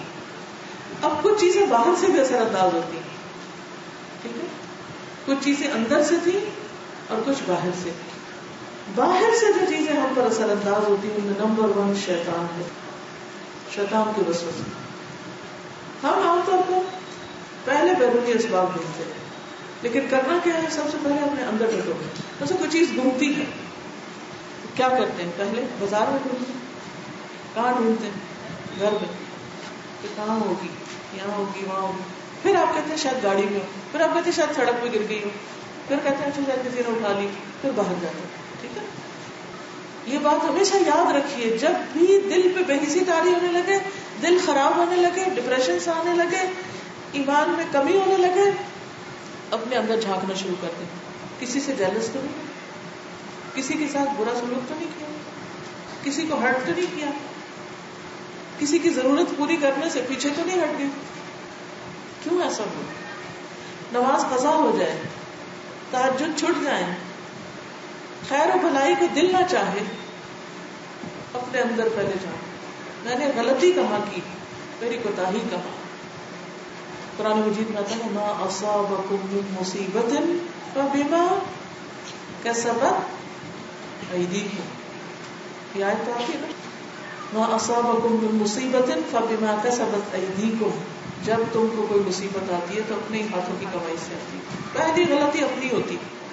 اگر شیطان بھی آتا تو ہم نے اس کو جگہ دی ہوتی ہے، نہیں آ سکتا ایسا. وہ تو ہر وقت تاک میں لگا رہتا ہے. جب دیکھتا ہے کہ انسان غافل ہو گئے تو اندر آ جاتا ہے، اور جب انسان اللہ کا ذکر کرتا ہے تو شیطان بھی کدھر جاتا ہے، بھاگ جاتا ہے. ٹھیک ہے نا. تو پہلے اپنے اندر کے اسباب کو دیکھنا ہے، پھر باہر دیکھنا ہے. شیطان نے کہا تھا قال فبما اغويتني لاقعدن لهم صراطك المستقيم ثم لآتينهم من بين ايديهم ومن خلفهم وعن ايمانهم وعن شمائلهم ولا تجد اكثرهم شاكرين. تو نے مجھے گمراہ کیا تو میں بھی تیرے سیدھے راستے پر بیٹھ رہوں گا. پھر انسانوں کو آگے سے، پیچھے سے، دائیں سے، بائیں سے، ہر طرف سے گھیروں گا اور اپنی راہ پہ ڈال دوں گا، اور تو ان میں سے اکثریت کا شکر گزار نہ پائے گا. تو سب سے پہلی چیز شیطان کے وسوسے کی علامت ناشکراپن. انسان راضی نہیں، جو نعمت اس کو ملی وہ نظر ہی نہیں آتی، خوشیاں ختم ہو جاتی. کیونکہ جو شکر گزار دل ہوتا ہے ہمیشہ خوش رہتا ہے، کیونکہ اس کو احساس ہوتا ہے مجھے کچھ ملا ہوا ہے. تو جس کو یہ احساس ہو کہ مجھے کچھ ملا ہوا ہے وہ لازماً خوش ہوگا. تو جب آپ بیزار ہو اور اپنے آپ پہ غصہ آ رہا ہو اور کوئی چیز اچھی نہ لگتی ہو اور کوئی چیز انجوائے نہ کریں تو کیا ہوگا؟ نہ لوگ اچھے لگے، نہ کھانا اچھا لگے، نہ کپڑا اچھا لگے، نہ کوئی اور کام اچھا لگے، کسی چیز پہ چین ہی نہیں، راضی نہیں. کیا ہے؟ نہ شکراپن ہے. اللہ نے نعمتیں چاروں طرف بکھیر دی ہیں، کیوں نہیں نظر آتی؟ شیطان دیکھنے نہیں دے رہا. فوراً اس کے پردے سے باہر نکلنے کی کوشش کریں، کیونکہ شیطان آنکھوں کے آگے پردہ ڈال دیتا ہے اور پھر انسان کو اللہ کی نعمتیں بھلوا دیتا ہے. پھر اسی طرح دنیا کی محبت. جب ہم دوسروں کے پاس دنیا کا مال و متاع دیکھتے ہیں، دنیا کی ترقی دیکھتے ہیں تو میرا دل اس میں کھو جاتا ہے اور ہم غمگین ہو جاتے ہیں. کبھی ہو نہیں سکتا کہ آپ دنیا دار لوگوں کے بیچ میں بیٹھیں اور غم زدہ ہو کر نہ اٹھیں. لازمی ایسے ہوگا. اور یہ ہو نہیں سکتا کہ آپ اللہ والوں کے بیچ میں بیٹھیں اور اللہ کا ذکر کریں اور آپ خوش ہو کر نہ اٹھیں. چاہے آپ کو کچھ بھی نہ ملے، کوئی دنیا کی چیز نہیں مل رہی آپ کو، لیکن آپ کو دل کی ایک ایسی راحت سکون اور خوشی ملتی ہے کہ جو ہر چیز اس پہ قربان ہے. اور جب آپ دنیا میں اپنے سے اوپر والوں کے ساتھ ملتے ہیں تو آپ کو حقیر طور پر دیکھتے ہیں, آپ کو اپنے سے چھوٹا دیکھتے ہیں, کبھی آپ کا مذاق اڑاتے ہیں, کبھی آپ کو کوئی تانا سنا دیتے ہیں, کبھی آپ کو ذلیل کرتے ہیں, اور پھر آپ کے دل کا حال کیا ہوتا ہے. ان دونوں کیفیات کو یاد کریں, سوچیں کہاں سے اٹھے تھے تو دل بوجھل لے کے اٹھے, اور کہاں سے اٹھے تو جو بوجھل لے کے گئے تھے وہ بھی ہلکا ہو گیا اور خوش خوش باہر نکلے. بہت بڑا فرق ہے, لیکن ہم نہیں سمجھتے. جن کے دلوں میں تقویٰ ہوتا ہے, اللہ کی سچی محبت ہوتی ہے, وہ انسانوں کی قدر کرتے ہیں, وہ انسانوں سے محبت کرتے ہیں, وہ انسانوں کو ان کی غلطیوں کے باوجود قبول کرتے ہیں, وہ انسانوں کے لیے ججمنٹل نہیں ہوتے, وہ ان کے لیے بڑا دل رکھتے ہیں. ایسے لوگوں کے پاس آپ بیٹھتے ہیں تو آپ سوچتے ہیں اچھا میں سمجھتی تھی کہ پتہ نہیں میرے بارے میں کیا سوچیں گے, لیکن ایسا تو کسی نے کچھ نہیں سوچا. آپ ان کی شر سے محفوظ ہوتے ہیں, وہ آپ کو تانے نہیں دیتے, وہ شکوے نہیں کرتے, وہ شکایتیں لے کے نہیں بیٹھتے, وہ شکر گزار ہوتے ہیں. آپ انہیں کچھ بھی نہ دیں تب بھی وہ شکر گزار ہوں گے, لیکن دنیا دار لوگ آپ انہیں اپنا سب کچھ بھی دیتے تو شکر گزار نہیں, کیونکہ ان کی حرص اور لالچ بڑی ہوئی. نبی صلی اللہ علیہ وسلم کو کیوں کہا گیا وَاصْبِرْ نَفْسَكَ مَعَ الَّذِينَ يَدْعُونَ رَبَّهُمْ بِالْغَدَاةِ وَالْعَشِيِّ وَلَا تَعْدُ عَيْنَاكَ عَنْهُمْ تُرِيدُ زِينَةَ الْحَيَاةِ الدُّنْيَا وَلَا تُطِعْ مَنْ أَغْفَلْنَا قَلْبَهُ عَنْ ذِكْرِنَا وَاتَّبَعَ هَوَاهُ وَكَانَ أَمْرُهُ فُرُطًا. سورۃ کہف کی آیت ہے, جمعے کو پڑھتے ہوں گے. آپ صلی اللہ علیہ وسلم سے فرمایا جا رہا ہے کہ آپ اپنے آپ کو جوڑ کے رکھیں, جما کے رکھیں. کن کے ساتھ؟ ان لوگوں کے ساتھ جو اپنے رب کو صبح شام پکارتے ہیں, ان کی مجلس میں بیٹھے, ان کے ساتھ بیٹھے, ان کی کمپنی اختیار کریں. یہ ایمان کی کمزوری کا علاج ہے. ان کی کمپنی پہ بیٹھیں گے تو کیا ہوگا, ایک دم ایمان اوپر ہوگا, اور ان سے آپ کی نگاہیں نہ پھریں, یعنی ان کو اگنور نہیں کرنا, اور ان لوگوں کی اطاعت نہ کریں جن کے دلوں میں ہم نے غافل کر دیا. وَلَا تُطِعْ مَنْ أَغْفَلْنَا قَلْبَهُ عَنْ ذِكْرِنَا, اس کی پیروی نہیں کرنی جس کا دل ہمارے ذکر سے غافل ہے, جس کو اللہ کی یاد نہیں آتی, اور وہ اپنی خواہشات کے پیچھے دوڑ رہا ہے, ایک کے بعد ایک خواہش, ایک کے بعد ایک خواہش, اور اس کے معاملات بکھرے ہوئے, یہ بھی کر لو, وہ بھی کر لو, بڑی بڑی تمنائیں, آرزویں, بڑی بڑی پلاننگ کرتا کراتا کچھ بھی نہیں, ہاتھ میں اس کے کچھ بھی نہیں. تو جو لوگ خود ملخبت ذہن کے ہوتے ہیں, پراگندہ حال ہوتے ہیں, فوکس نہیں ہوتے, زندگی میں کوئی مقصد نہیں, وہ آپ کو بھی بے مقصد بنا دیتے ہیں.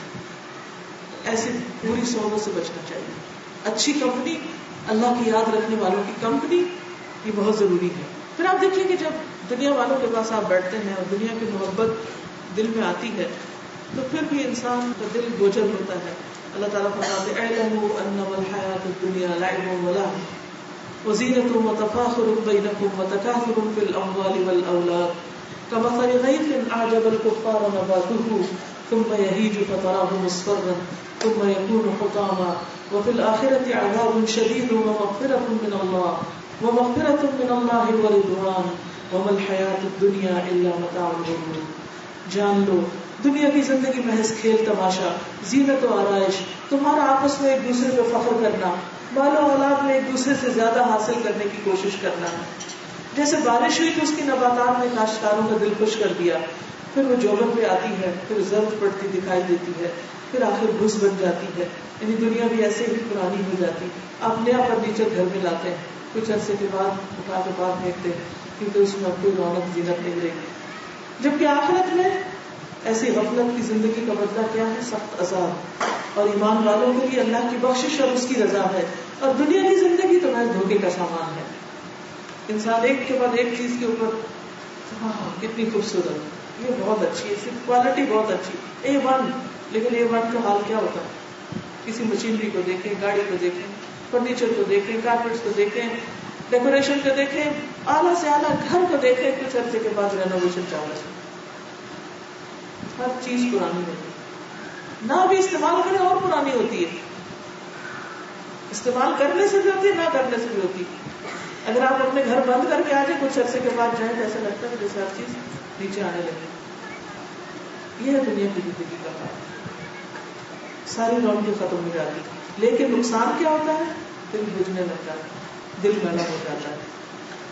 نبی صلی اللہ علیہ وسلم نے فرمایا مجھے تم پر محتاجی کا ڈر نہیں، مجھے خوف اس بات کہ تم پر دنیا کشادہ کر دی جائے گی جس طرح تم سے پہلوں کو کشادہ کی گئی، پھر پہلوں کی طرح تم اس کے لیے رغبت کرو گے، جس طرح وہ ہلاک ہوئے یہ تمہیں بھی ہلاک کرے گی.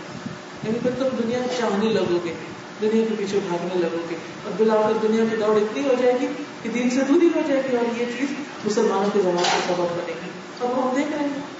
پھر اسی طرح مال اور اولاد کا فتنہ. مال اور اولاد ایسی چیز ہے جو انسان کے ایمان کو کمزور کرتی ہے اگر وہ نیکی کے راستے میں نہ ہو. نبی صلی اللہ علیہ وسلم نے فرمایا 2 بھوکے بھیڑیے اگر بکریوں میں چھوڑ دیے جائے تو اتنا فساد نہ کرے جس قدر مال و جاہ کی ہرس انسان کے دین ایمان کو خراب کرتی ہے. پھر اسی طرح برے لوگوں کی صحبت. حل کیا ہے، علاج کیا ہے، ساتھ ساتھ بتاتی بھی گئی ہوں. آخر میں چند ایک نقطوں کی شکل میں بتاؤں گی کیونکہ کافی لمبا ہوگا، مگر مجھے بھی ہرس تھی کہ اتنے عرصے کے بعد آپ سے ملاقات ہوئی تو تھوڑی دیر لمبی بھی ہو جائے بات تو کوئی نہیں ان شاء اللہ. سب سے پہلی بات یہ کہ ایمان کی کمزوری کا علاج قرآن کی تلاوت میں اور غوروں پہ کرنا. جب دل بجھنے لگے، کمزوری محسوس ہو اور نیکیوں کا شوق نہ رہے، رغبت نہ رہے، تو قرآن سے تعلق مضبوط کرے، جتنا ہے اس سے زیادہ کریں، یا طریقہ بدل دیں. اکیلے پڑھتے تو کسی مجلس میں پڑھیں، کسی کے ساتھ بیٹھ کے پڑھیں، کیونکہ سچے مومن تو وہ ہیں انما المؤمنون الذين اذا ذكر الله وجلت قلوبهم واذا تليت عليهم آياته زادتهم ایمانا. آیات کیا کرتی ہیں؟ ایمان میں اضافہ کرتی ہیں. وعلى ربهم يتوکلون، پھر رب پر توکل بڑھ جاتا ہے. نبی صلی اللہ علیہ وسلم نے سب سے پہلے لوگوں کو ایمان کی دعوت دی. جندب بن عبداللہ اور ابن عمر کہتے ہیں ہم نے ایمان سیکھا، پھر ہم نے قرآن سیکھا جس سے ہمارے ایمان میں اضافہ ہو. تو یقینی طور پر قرآن ایمان میں اضافے کا ذریعہ ہے. دل کا حال بدلے گا انشاءاللہ. دوسری چیز اللہ کے اسماء و صفات کی معرفت. اللہ کے ناموں کو جاننا، اللہ کی صفات کو جاننا، اللہ تعالیٰ کے بارے میں معرفت میں اضافہ کرنا. قرآن مجید میں آتا ہے انما یخشی اللہ من عبادہ العلماء. تو ابن کثیر کی آیت کی تفسیر میں کہتے ہیں جتنا اللہ سے ڈرنے کا حق ہے اتنا علم والے ہی ڈرتے ہیں. یعنی جتنا ڈرنا چاہیے وہ صرف علم والے ڈر سکتے ہیں کیونکہ وہ اللہ کی معرفت رکھتے ہیں. حقیقتاً جو شخص جس قدر اللہ کی ذات اور صفات سے متعلق زیادہ معلومات رکھے گا اسی قدر اس عظیم اور قدیر اللہ کی عظمت اور حیرت اس کے دل میں بڑھے گی اور اسی قدر اس کی خشیت زیادہ ہوگی. تو ایمان میں اضافے کا ذریعہ کیا ہے؟ اللہ کے اسماء و صفات پر غور و فکر. تو آپ کوئی بھی ایسی سیریز یا پڑھیں یا سنیں یا جانیں یا کسی حلقے کو جوائن کریں جہاں اللہ کے ناموں پر بات ہوتی ہے، اللہ کی صفات کا ذکر ہوتا ہے، تو ہر صفت کو پڑھ کر آپ کے ایمان میں انشاءاللہ اضافہ ہوگا، ڈگری اور بڑھ جائیں گے انشاءاللہ. کیونکہ حدیث میں آتا ہے نا کہ ان للہ 99 اسما 100 الا واحدہ من احصاها دخل الجنہ. اللہ تعالیٰ کے 99 نام ہے، یعنی 1 کم 100.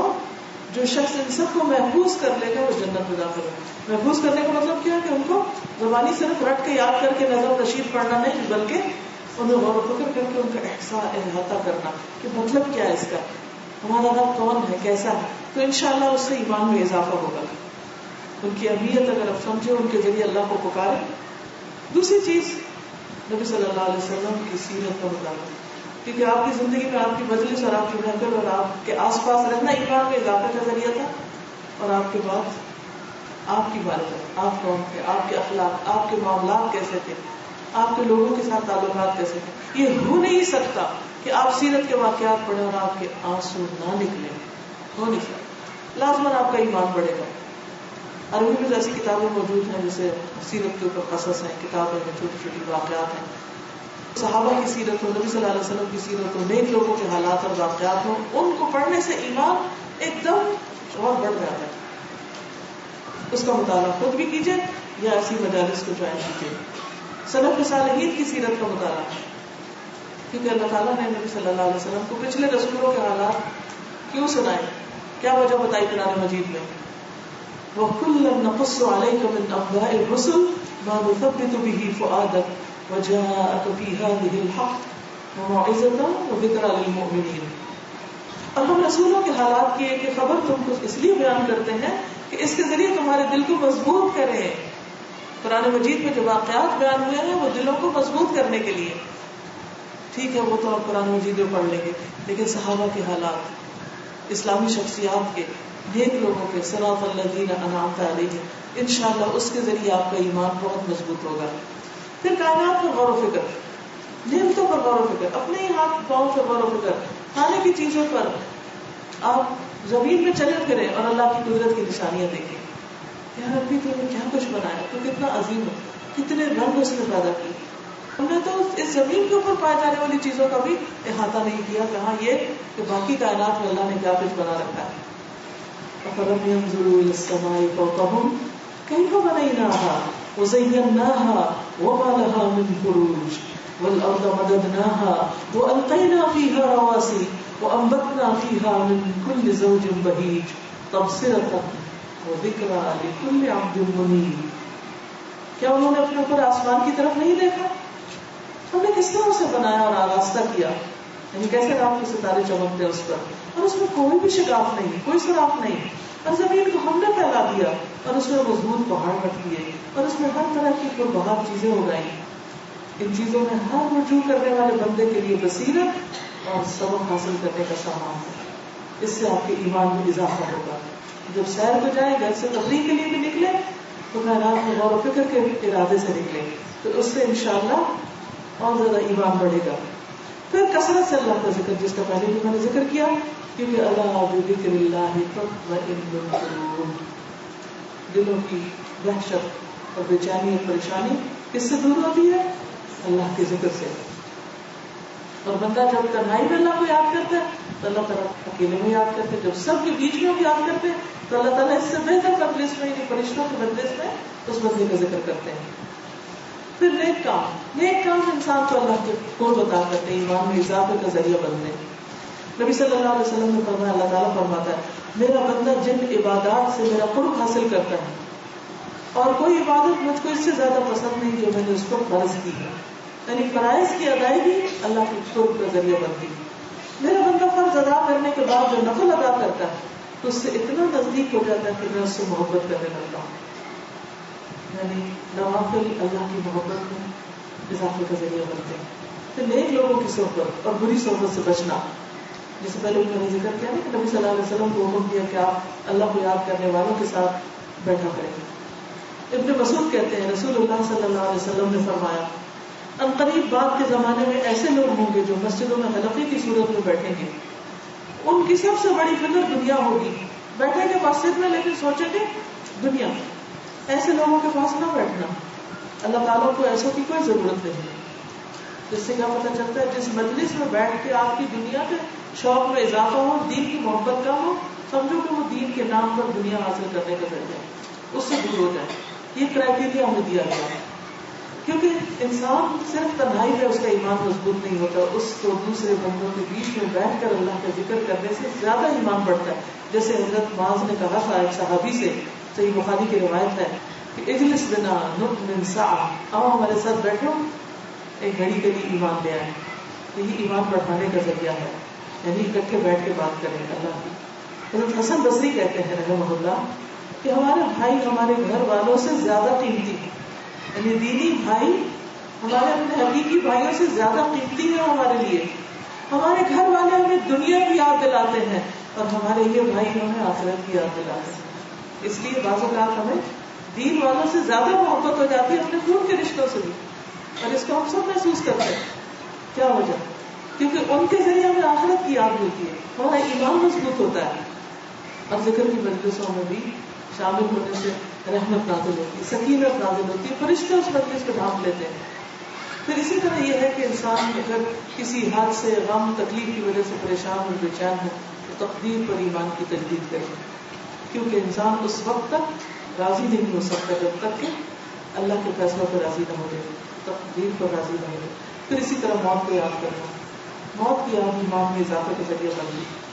قبرستان کی زیارت, اور خواتین مسئلہ پوچھنے لگتے ہیں کہ ہم جا سکتے ہیں کہ نہیں. دیکھیے کہ قبرستان جانے کے لیے ضروری نہیں کہ آپ اندر جائیں. بعض گھروں سے قبرستان نظر آ رہے ہوتے ہیں, بعض سڑکوں سے آپ گزرتے تو وہاں سے قبرستان نظر آتا ہے, تو دیوار دیکھ کے بھی بہت کچھ یاد آ جاتا ہے. اپنے مرے ہوئے رشتے داروں کو کبھی یاد کریں, کہ وہ اس وقت کہاں تو کل آپ کے ساتھ کیا آپ نے کہا. پھر اپنے نفس کا محاسبہ, وَلْتَنْظُرْ نَفْسٌ مَا قَدَّمَتْ لِغَدٍ, اپنے اعمال پر غور و فکر. پھر لوگوں سے اچھے معاملات رکھنا, اس سے بھی ایمان بڑھتا ہے. برائی کا جواب جب آپ بھلائی اور نیکی سے دیتے ہیں, کسی کی اذیت پہ صبر کرتے ہیں, تو ایک دم ایمان کا لیول بڑھتا ہے. نبی صلی اللہ علیہ وسلم نے فرمایا حرام کاموں سے بچو, سب سے بڑے عابد بن جاؤ گے, اللہ کی تقسیم پہ راضی رہو, سب سے زیادہ غنی ہو جاؤ گے. پڑوسی کے ساتھ حسن سلوک کرو, مومن بن جاؤ گے. تو پڑوسی سے حسن سلوک ایمان کا اضافے کا ذریعہ, اور پڑوسی سے بدسلوکی ایمان ضائع کرنے کا ذریعہ. اور جو اپنے لیے پسند کرتے وہی دوسروں کے لیے پسند کرو, مسلمان بن جاؤ. کثرت سے نہ ہنسا کرو, کیونکہ کثرت سے ہنسنا دلوں کو مردہ کرتا. پھر اللہ کے دین کا کام کرنا, اللہ کے دین کے لیے نکلنا, وقت نکالنا, اس سے بھی ایمان مضبوط ہوتا ہے. پھر یہ ہے کہ دعا کرنی چاہیے ہمیں اپنے ایمان کی سلامتی, ایمان میں اضافے کی. اللہم مصرف القلوب صرف قلوبنا علی طاعتک, اللہم یا مقلب القلوب ثبت قلوبنا علی دینک. وہ ایک اور خوبصورت دعا ہے, اللہم انی اسألک ایمانا لا یرتد ونعیما لا ینفد ومرافقۃ النبی صلی اللہ علیہ وسلم فی اعلی غرف الجنہ جنت الخلد. اے اللہ, میں آپ سے ایسے ایمان کا سوال کرتا ہوں جو پلٹے نہ, جو واپس نہ لوٹے, جو کم نہ ہو. اللہ مجھے ایسا ایمان دے دے جو نیچے نہ آئے. ایسی نعمتوں کا سوال کرتا ہوں جو کبھی ختم نہ ہو. اور جنت الخلد بالا خانوں میں نبی صلی اللہ علیہ وسلم کے ساتھ کا سوال کرتا ہوں کہ آپ کی ملاقات نصیب ہو. پھر ایک اور دعا ہے, اللہم انی اسألک الثبات فی الامر والعزیمۃ علی الرشد واسألک موجبات رحمتک وعزائم مغفرتک واسألک شکر نعمتک وحسن عبادتک واسألک قلبا سلیما ولسانا صادقا واسألک من خیر ما تعلم واعوذ بک من شر ما تعلم واستغفرک لما تعلم انک انت علام الغیوب. نبی صلی اللہ علیہ وسلم نے حضرت شداد بن اوس کو کہا تھا کہ جب تم لوگوں کو سونے اور چاندی کے خزانے جمع کرتے دیکھو تو یہ دعا کثرت سے پڑھنا. یعنی جب دیکھو کہ لوگ دنیا کا مال سمیٹ رہے تو انسان کے اندر ایک غم کا سا احساس آتا ہے کہ ہم پیچھے رہ رہے ہیں, لوگ کہاں سے کہاں پہنچ گئے, ہم نہیں کریں. تو اس وقت میں کیا دعا پڑھو, اے اللہ میں تجھ سے دین پر ثابت قدمی اور ہدایت پر پختگی کا سوال کرتا ہوں, اور میں تجھ سے تیری رحمت کو واجب کرنے والے اور تیری مغفرت کو لازم کرنے والے امور کا سوال کرتا ہوں. ایسے کاموں کی توفیق دے کہ جس سے بخشش ہو جائے اور تیری رحمت آ جائے. میں تجھ سے تیری نعمتوں کا شکر ادا کرنے اور اچھے انداز میں عبادت کرنے کا سوال کرتا ہوں. میں تجھ سے توفیق مانگتا ہوں کہ میری عبادتیں خوبصورت ہو جائیں. میں تجھ سے قلب سلیم اور سچی زبان کا سوال کرتا ہوں, اور میں تجھ سے ہر اس بھلائی کا سوال کرتا ہوں جسے تو جانتا ہے, ہر اس برائی سے تیری پناہ چاہتا ہوں جو تیرے علم میں ہے, اور تجھ سے ان تمام گناہوں کی بخشش چاہتا ہوں جو تیرے علم میں ہے. بے شک تو غیبوں کا خوب جاننے والا. آمین. وآخر دعوانا ان الحمد للہ رب العالمین. سبحانک اللہم وبحمدک نشہد ان لا الہ الا انت نستغفرک ونتوب الیک. آپ کے پاس 15 منٹ ہے, آپ سوال کر سکتے ہیں. وعلیکم السلام. نبی صلی اللہ علیہ وسلم کی حدیث ہے کہ تم مومن نہیں ہو سکتے جب تک کہ اللہ سے اور اس کے رسول سے دنیا کی ہر چیز سے بڑھ کے محبت نہ کرو. تو آپ تھوڑا سا اس پہ روشنی ڈالیے, ہم اپنے دلوں میں اللہ کی محبت اور اس کے رسول کی محبت کس طرح زیادہ بڑھتی ہے. یہ جو میں نے آخری چیزیں بتائی نا, ٹپس, یہ ساری چیزیں اللہ رسول کی محبت اور ایمان میں بھی اضافہ کرتی ہیں. لیکن یہ ہے کہ میں ایک آسان ٹپ بتاتی ہوں. کسی بھی چیز کی محبت کب دل میں آتی, جب ہم اس کو یا دیکھتے یا سنتے یا اس سے کوئی معاملہ کرتے یا پھر اس کو چکھتے یا اس کو سونگتے یا اس کو محسوس کرتے. ہوتا ہے جس چیز کے بارے میں ہم جانتے ہی نہیں اس سے محبت نہیں ہو سکتی. اگر میں کہوں آسٹریلیا میں ایک پھول ہے جو مجھے بہت اچھا لگتا ہے, لوگوں سے پوچھو اس کا رنگ کیا ہے, وہ مجھے نہیں معلوم.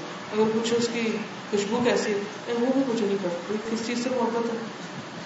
اللہ رسول سے محبت ہو ہی نہیں سکتی جب تک ان کے بارے میں ہم جانے نہیں.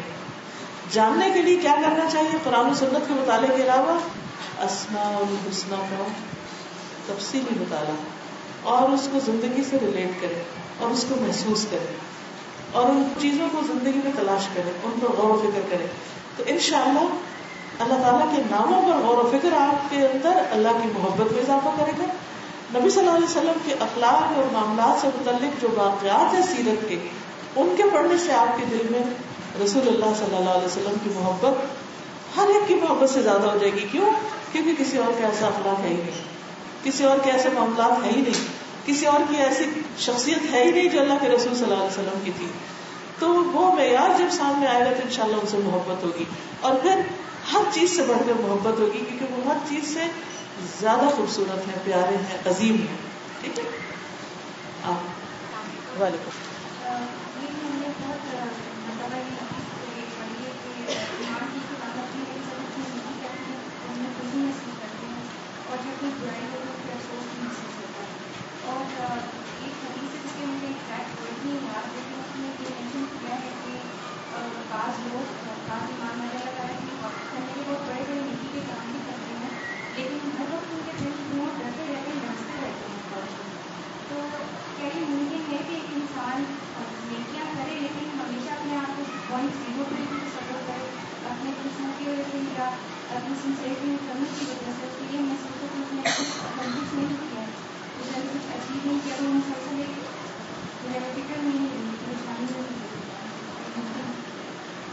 جی, آپ نے درست فرمایا کہ مومن کا دل جو ہوتا ہے وہ ڈرتا رہتا ہے. جیسے سورۃ المؤمنون میں وہ آیت آتی ہے, والذین یؤتون ما آتوا وقلوبهم وجلة انہم الی ربہم راجعون, کہ وہ لوگ جو دیتے ہیں, جو وہ دیتے ہیں اور ان کے دل کانپتے رہتے ہیں کہ وہ اپنے رب کی طرف لوٹنے والے. تو حضرت عائشہ نے اس کے بارے میں پوچھا تھا کہ کیا یہ وہ لوگ ہیں جو غلط کام کرتے ہیں؟ فرمایا نہیں یار صدیق کی بیٹی, اس سے مراد وہ لوگ ہیں کہ جو نیکی کے کام کرتے ہیں لیکن نیکی کرنے کے باوجود بھی ان کے دل ڈرے رہتے ہیں کہ ان کو یہ ڈر ہوتا ہے کہ اللہ کے پاس واپس جانا ہے تو پتہ نہیں کیا اس کا وزن نکلے گا, یہ قبول بھی ہوتی ہے یا نہیں.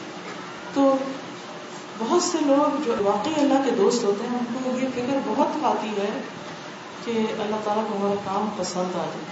اچھا, اس چیز کو بھی آپ عام روزمرہ زندگی میں دیکھتے ہیں کہ جس سے آپ کو محبت ہوتی ہے, جب آپ کے کام کرتے ہیں اس کے لیے تو آپ کو کیا دل چاہتا ہے؟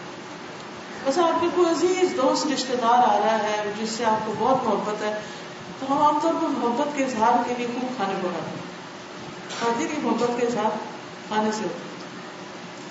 اچھا, اب کھانا پکاتے ہوئے سارا وقت کیا خیال ہوتا ہے کہ کھانے والے کو پسند آئے, جس کے لیے پک رہا ہے اسے پسند آ جائے.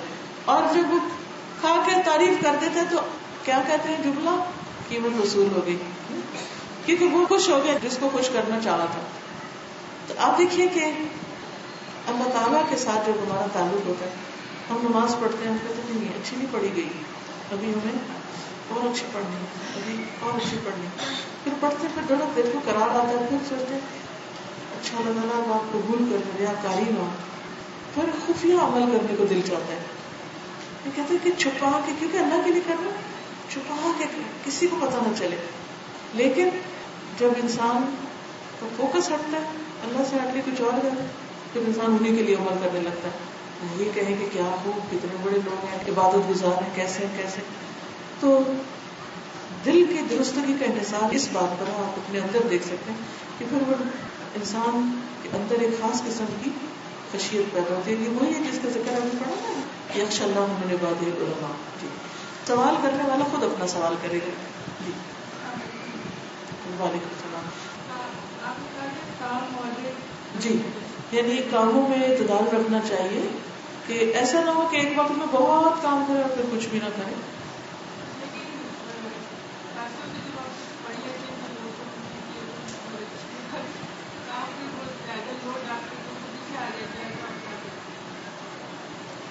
یعنی لوگ ایکسپیکٹ زیادہ کرنے لگتے ہیں تو پھر کام زیادہ ہو جاتا ہے. اس میں دیکھیے کہ جب ہم اللہ کے لیے کام کرتے ہیں تو جتنا کر سکتے ہیں اتنا ہی کرتے ہیں, نہ ہم اس کو بڑھاتے ہیں نہ گھٹاتے ہیں. کیونکہ ہمیں پتا ہوتا ہے کہ ہم کر سکتے ہیں، ہم کرتے ہیں. پتا ہوتا ہے اللہ کو پتا ہم نہیں کر سکتے، ہم نہیں کرتے. تو صحیح علم جو ہوتا ہے اور ایمان کی درستگی وہ لوگوں کا خوف نکالتی. اس کے لیے ضرور ورک کرتے رہیں کہ لوگوں کو خوش کرنے کے لیے نہیں کرنا، اللہ کے لیے کرنا ہے، تو ہم ریلیکس ہو جائیں گے. کیونکہ بعض اوقات لوگ اتنا بدگمان ہو جاتے ہیں آپ سے، اتنے زیادہ آپ سے ناراض ہو جاتے ہیں، حالانکہ آپ کا کوئی قصور نہیں ہوتا اس میں، تب بھی بالکل کام ڈاؤن رہے، بے فکر رہے، کیونکہ اللہ کو پتا ہے نا. تو بہت زیادہ زیادتی کر جائے غلط فہمی کی بنا پر رونے بھی آئے تو بھی آپ اکیلے میں بیٹھ کے کہیں اللہ تو جانتا ہے اور کتنا اچھا کہ تو جانتا ہے اور میرا حساب تیرے ساتھ ہی ہے، بندوں کے ساتھ نہیں. تو اللہ آپ کے دل کو ٹھنڈک بخشے. نیکسٹ کوئی اور. وعلیکم السلام. جب آپ بلائیں گے، بلانا آپ کا کام، آنا میرا کام، ٹھیک ہے، اور عزت اللہ کا.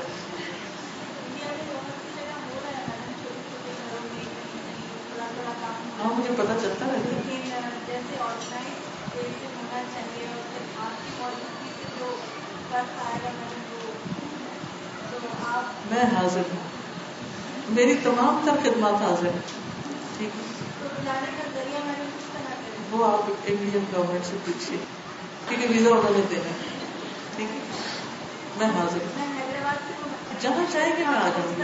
کسی گاؤں میں صحرا میں بلائیں گے میں آ جاؤں گی انشاءاللہ.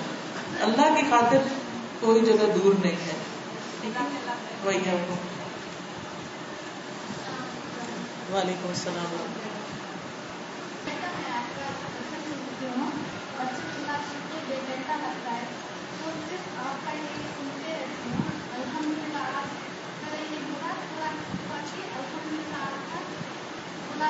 الحمدللہ ٹھیک ہے، یہ ان کا ہی نہیں اوروں کو بھی دل چاہ رہا ہوگا.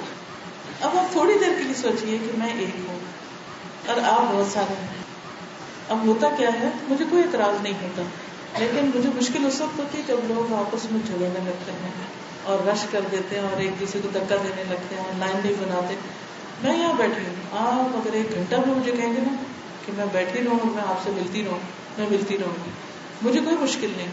لیکن آپ اپنا بندوبست کر لیجیے کہ لائن میں. اور پھر دیکھیے ہر وقت کا نا ایک کام ہوتا ہے. مثلاً یہ پہلا میرا لیکچر کا ٹائم تھا، اب سوالات جوابات کا، ٹھیک ہے نا. اچھا اس کے بعد کیا ٹائم ہوگا، ملاقات کا ہوگا. ملاقات کا وقت سوال جواب کا نہیں ہوگا. اس وقت بہت سے لوگ آ کے کہتے ہیں کہ اس سوال کا جواب دے دیجیے اور پیچھے ایک لمبی لائن ہوتی ہے. ہم اپنے عمل سے دوسرے سب کو تکلیف دے رہے ہوتے ہیں. مجھے کوئی نہیں، میرا تو کام ہے، میں تو جواب دیتی رہوں گی، لیکن پیچھے والوں کا کیا ہوگا. تو کبھی بھی اپنی خوشی کے لیے کسی دوسرے کو تکلیف نہیں دینی چاہیے. دوسرا یہ کہ میں چونکہ زیادہ دیر کھڑی نہیں ہو سکتی، میرے پاؤں میں کچھ تکلیف ہے، مجھے بیٹھ کے سلام دعا کرنا پڑتا ہے.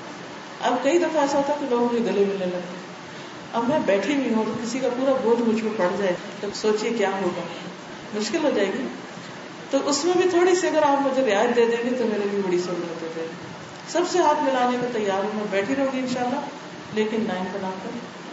ایک اور چیز، بعض وقت اذان ہو رہی ہوتی، اس وقت ہمیں کس کی طرف دوڑنا چاہیے؟ اللہ کی طرف. اس وقت ملاقاتیں چھوڑ دینی چاہیے، لوگوں سے باتیں چھوڑ دینی چاہیے، پھر اللہ کی طرف چل دینا چاہیے. ایک اور چیز، بعض وقت گھر والے باہر ویٹ کر رہے ہوتے ہیں، ہسبینڈ گاڑی میں انتظار کر رہے ہوتے ہیں اور ہم یہاں باتوں میں مشغول ہو رہے ہیں. ضروری نہیں مجھ سے ملنے میں، آپس میں بھی یہ بھی نہیں کرنا چاہیے. پھر ہم اگلی دفعہ کہتے ہیں شوہر نے منع کر دیا جانے کو، یہ نہیں بتاتے کہ ہم دیر سے گئے تھے گاڑی میں تو اس لیے انہوں نے منع کیا ہے. پھر وہ بھی انسان ہے نا، سارے دن کی ڈیوٹی کر کے آئے ہیں، کتنی دیر کھڑے ہو سکتے ہیں؟ یہاں تو آپ گاڑی کو چلا کے نہیں جا سکتے، انہوں نے ہی آپ کو لینا چھوڑنا ہے تو ان کی رعایت کیجیے. تو ایک نیکی کا کام کرتے وقت ضرور سوچئے کہ اس کے ساتھ باقی کام غلط تو نہیں ہو رہے. ہر چیز اپنی جگہ پر ہو تو خوبصورت لگتی. ٹھیک ہے جی. اور کوئی سوال؟ جی وعلیکم السلام.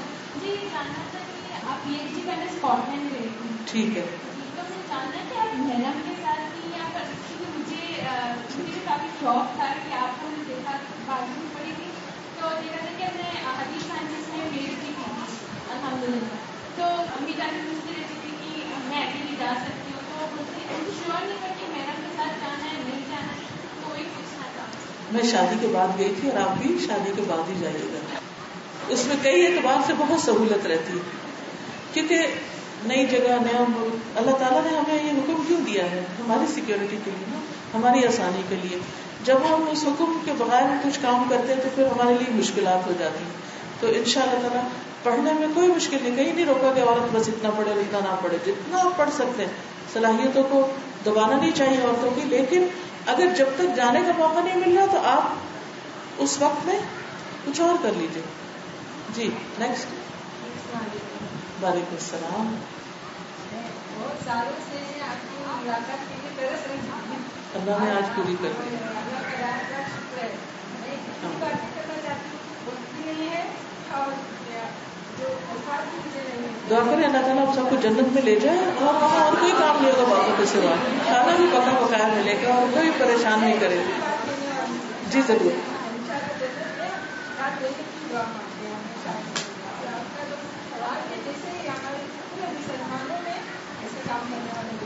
آپ سب کریے، آپ کے لیے مشکل نہیں، آپ بھی کریے انشاءاللہ.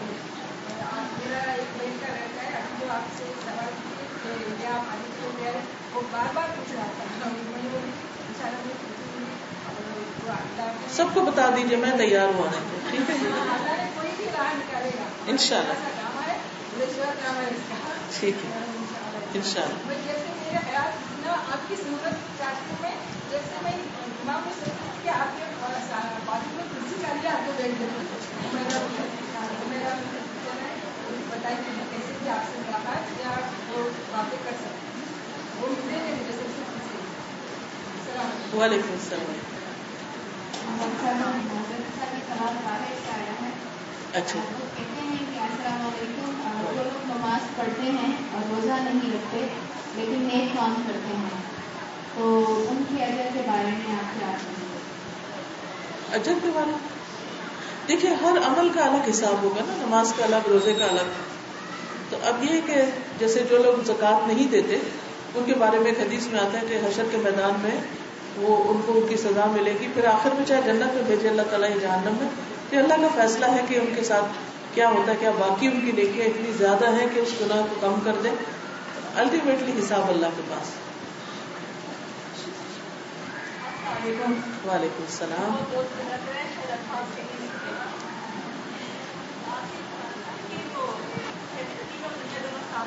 جی ہاں.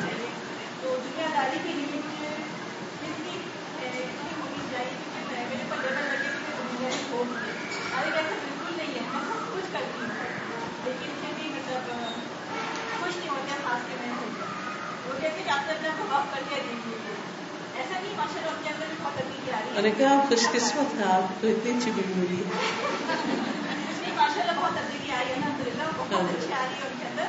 لیکن کبھی کبھی وہ بہت مطلب میری وجہ سے، تو میں نہیں چاہتی کہ مطلب ہسبینڈ کو بھی خوش رکھنا میرے پر میری ذمہ داری ہے. ان سے پوچھیں آپ کیا چاہتے ہیں، جو وہ چاہتے ہیں اگر وہ شریعت کی حدود کے اندر ہے تو وہ کریے.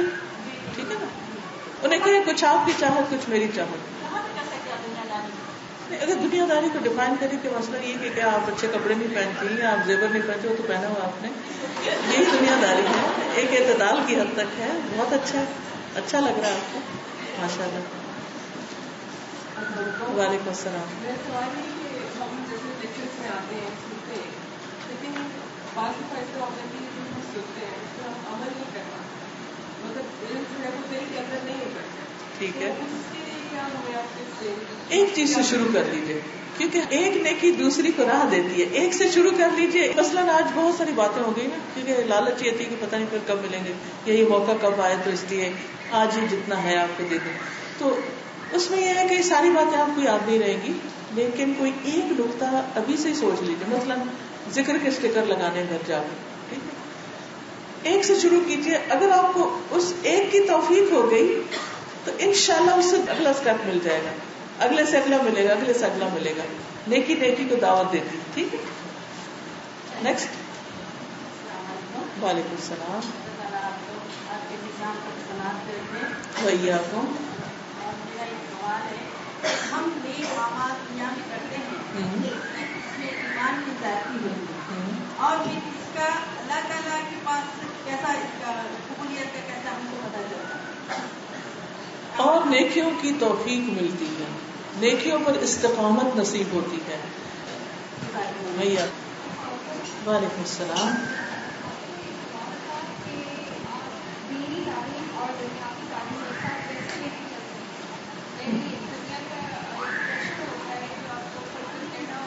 بالکل. تو دنیا بھی اللہ نے بنائی ہے. اس میں آپ دیکھیے کہ جیسے میں نے نارمل اسکول میں پڑھا، لیکن اسکول جانے سے پہلے کا صبح کا جو ٹائم ہے جس میں برکت ڈالی گئی ہے، اس ٹائم پر میرے والد ہمیں پڑھایا کرتے، دین پڑھاتے تھے. سارا دن اسکول کا پڑھ رہے ہیں لیکن صبح اسکول شروع کرنے سے پہلے دین پڑھ رہے ہیں. ایک طریقہ تو یہ ہو سکتا ہے کہ ایوری ڈے ٹائم ٹیبل میں کوئی جگہ فٹ کر لیں، صبح میں یا شام میں، جس میں آپ دینی تعلیم کا انتظام کریں. اگر آپ ایسے پڑھائی میں کہ بہت ہی مشکل ہے ہر روز، تو ہفتے میں ایک دن فکس کر لیں. جب آپ کو اس پڑھائی میں تھوڑی سی بریک آئے تو آپ دینی تعلیم پہ زیادہ فوکس کر لیں. پڑھائی کے دوران بریک لے کے 1 سال کا کوئی کورس کر لیں. مثلا ہمارے یہاں ایک کورس اگست میں شروع ہوتا ہے جس میں بچیاں اگست ٹو اگست پورے قرآن کو مکمل کرتی ہیں، اور وہ ڈیزائن اس لیے کیا گیا ہے کہ مثلاً او لیول اے لیولس کے بعد اگر وہ 1 سال آف لے لیں یونیورسٹی جانے سے پہلے، تو اس میں نیکسٹ ایڈمیشن سے پہلے وہ اپنا قرآن مکمل کر لیں اور پھر بعد میں ان کو دہراتی رہیں اور اپنے دینی تعلیم کو بھی ساتھ لے کے چلیں. تو آپ کو خود پلان کرنا ہوگا کہ کس ٹائم پر، کیا ڈیلی بیسس پر یا ویکلی یا منتھلی یا اینولی یا کوئی ایک خاص وقت لے کر اپنے حالات کے مطابق آپ دیکھ لیجئے تو انشاءاللہ ہو جائے گا. ٹائم مینجمنٹ کی ضرورت ہے.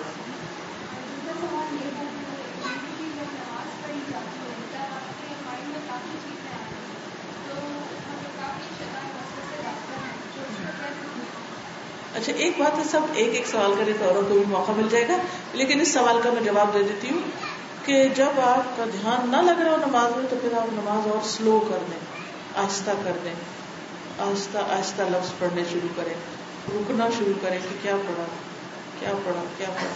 انشاءاللہ اس سے بہت فائدہ ہوگا. نیکسٹ. وعلیکم السلام.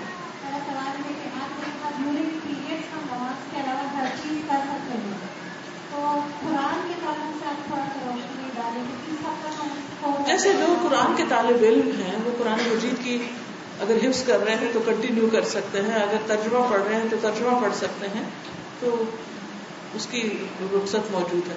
بن باز کا فتویٰ ہے، اگر آپ خواتین کے مسائل والے جو فتاویٰ ہیں ان کو دیکھیں تو اس میں وہ انہوں نے حدیث بھی دی ہوگی.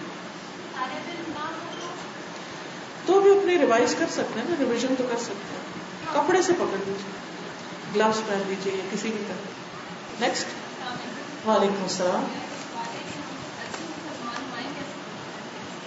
میرے لیکچرز کی سیریز ہے ہم اور ہمارے بچے، مثالی مام. انشاءاللہ اگر آپ اس کو پڑھیں گے تو اس میں بہت سی ٹپس آپ کو ملیں گی. ٹھیک ہے. صرف ایک چھوٹی سی چیز یہ کہ اگر ہم مدرہڈ کو for the sake of Allah accept کر لیں کہ یہ ہماری رسپانسبلٹی ہے تو انشاءاللہ ہم پھر اس کو سیکھنا شروع کریں گے. ماں بننا ایک کام ہے، ایک ذمہ داری ہے. کسی بھی ذمہ داری کو ادا کرنے کے لیے اس کا طریقہ سیکھنا ضروری ہے.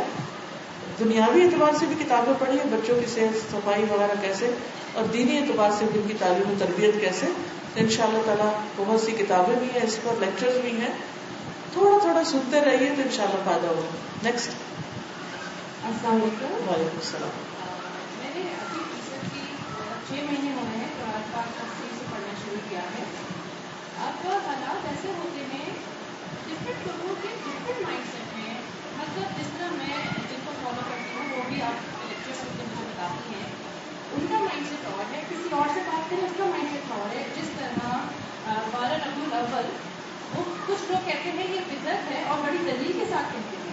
میں نے جن کے میں لیکچر سنا توفیق مولانا صاحب کا، ماشاء اللہ مشہور اسکالر ہے، وہ کہتے ہیں نہیں یہ بدعت نہیں ہے، اس کو منائیں. پھر میں نے سنا کہ جی آپ لوگ قرآن پاک پڑھ کے بخش نہیں سکتے، بخشے والے کو آپ کیا قرآن پاک بخش رہے ہو، تو ایک لائف اسٹائل. کچھ لوگ کہتے ہیں کہ نہیں جی ایک منہ ہے ان کو بھی، مطلب ڈفرینٹ مائنڈ سیٹس. ہم لوگ کس چیز پر جائیں؟ جی بہت اچھا سوال کیا آپ نے. اس میں آپ دیکھیے کہ جو بھی کوئی شخص کوئی ایسی بات کرتا ہے تو آپ اس سے ایک سوال کیجئے کہ اس پر مجھے قرآن مجید کی کوئی آیت دکھا دیجئے اور نبی صلی اللہ علیہ وسلم کی کوئی صحیح حدیث بتا دیجئے کہ آپ نے ایسا کیا. مثلاً آپ نے 2 چیزیں مینشن کی کہ نبی صلی اللہ علیہ وسلم کی ولادت کا دن منانا چاہیے کہ نہیں؟ ہمیں ضرور دیکھنا چاہیے کہ کیا نبی صلی اللہ علیہ وسلم نے اپنی زندگی میں اپنا برتھ ڈے سیلیبریٹ کیا، کیا صحابہ کرام نے کیا؟ اگر نہیں کیا تو ہم کیوں شروع کر رہے ہیں؟ دوسری بات، مردوں کو پڑھ کے بخشیں یا نہیں؟ کیا حضرت خدیجہ کی وفات پر آپ نے ان کو قرآن بخشا؟ کسی سے بھی پوچھیے کہ مجھے وہ قصہ نکال کے بتائیے قرآن حدیث سے کہ نبی صلی اللہ علیہ وسلم نے حضرت خدیجہ کی وفات پہ یا آپ کی بیٹیاں فوت ہوئی تھی ان کی وفات پہ جب جنگ بدر سے آپ واپس آئے تھے تو اس وقت آپ کی ایک بیٹی کو دفنایا گیا تھا، آپ نے کیا صحابہ کو لے کے کوئی قرآن بخشا تھا ان کو؟ کوئی دلیل دکھا دیجیے تو میں بھی بخشوں گی. اگر دلیل ہو تو کر لیا کیجیے، اگر نہیں تو سن کے سنی انسونی کر لی. کیونکہ بہت سے لوگ بہت سی باتیں آباء و اجداد کی پیروی میں کر رہے ہوتے ہیں، دلیل نہیں ہوتی، تو ہر چیز دلیل کے ساتھ. ٹھیک ہے جی. نیکسٹ. وعلیکم السلام. بہت سارے رسومات ہیں تو جو دین اجازت نہیں دیتا، اسی طرح ہمیں وہ اٹینڈ کرنا ہوتا ہے، سنت میں کیا کرنا ہوتا ہے. اس میں آپ دیکھیے کہ آپ جب رشتے داروں کے پاس جاتے ہیں تو ان سے آپ پہلے سے ہی بات کر لیجئے کہ ہم اس دن اس وقت میں آئیں گے، اس وقت میں نہیں آئیں گے کیونکہ یہ چیزیں درست نہیں. سمپل وے میں. اب اگر تھوڑے سے ناراض بھی ہو تو آپ کسی اور طرح ان کو خوش کر دیں. خوش کرنے کے بھی بہت طریقے ہیں. یاد رکھیے کہ اگر ہم لوگوں کے فائدے کے ہیں، کام کے ہیں، تو ہم کچھ بھی کریں وہ ہم سے ضرور خوش رہیں گے. تھوڑا موٹا اگر ان کے دل میں آئے گا بھی تو ان الحسنات یذھبن السیئات، اچھائی برائی کو دور کر دیتی. اگر اس موقع پر آپ ان کے ساتھ شریک نہیں تو کسی اور موقع پر جب دوسرے ان کو چھوڑ دیں آپ شریک ہو جائیں. وعلیکم السلام. حال ہی میں ایک بچی کا ایکسیڈنٹ ہوا ہے 19 سال کی، دبئی میں، شاید آپ کو معلوم ہوگا. مجھے نہیں معلوم. تو اس کے پیرنٹس ادھر گئے تو وہ لوگ گئے ہیں تو بچی نے پریشان ہے. ان کو آج لے آتے تو بھائی تھے وہ، چھوٹے بچے ہیں تو وہ ہم بیٹھے تو بہت سنگین لگتی ہے.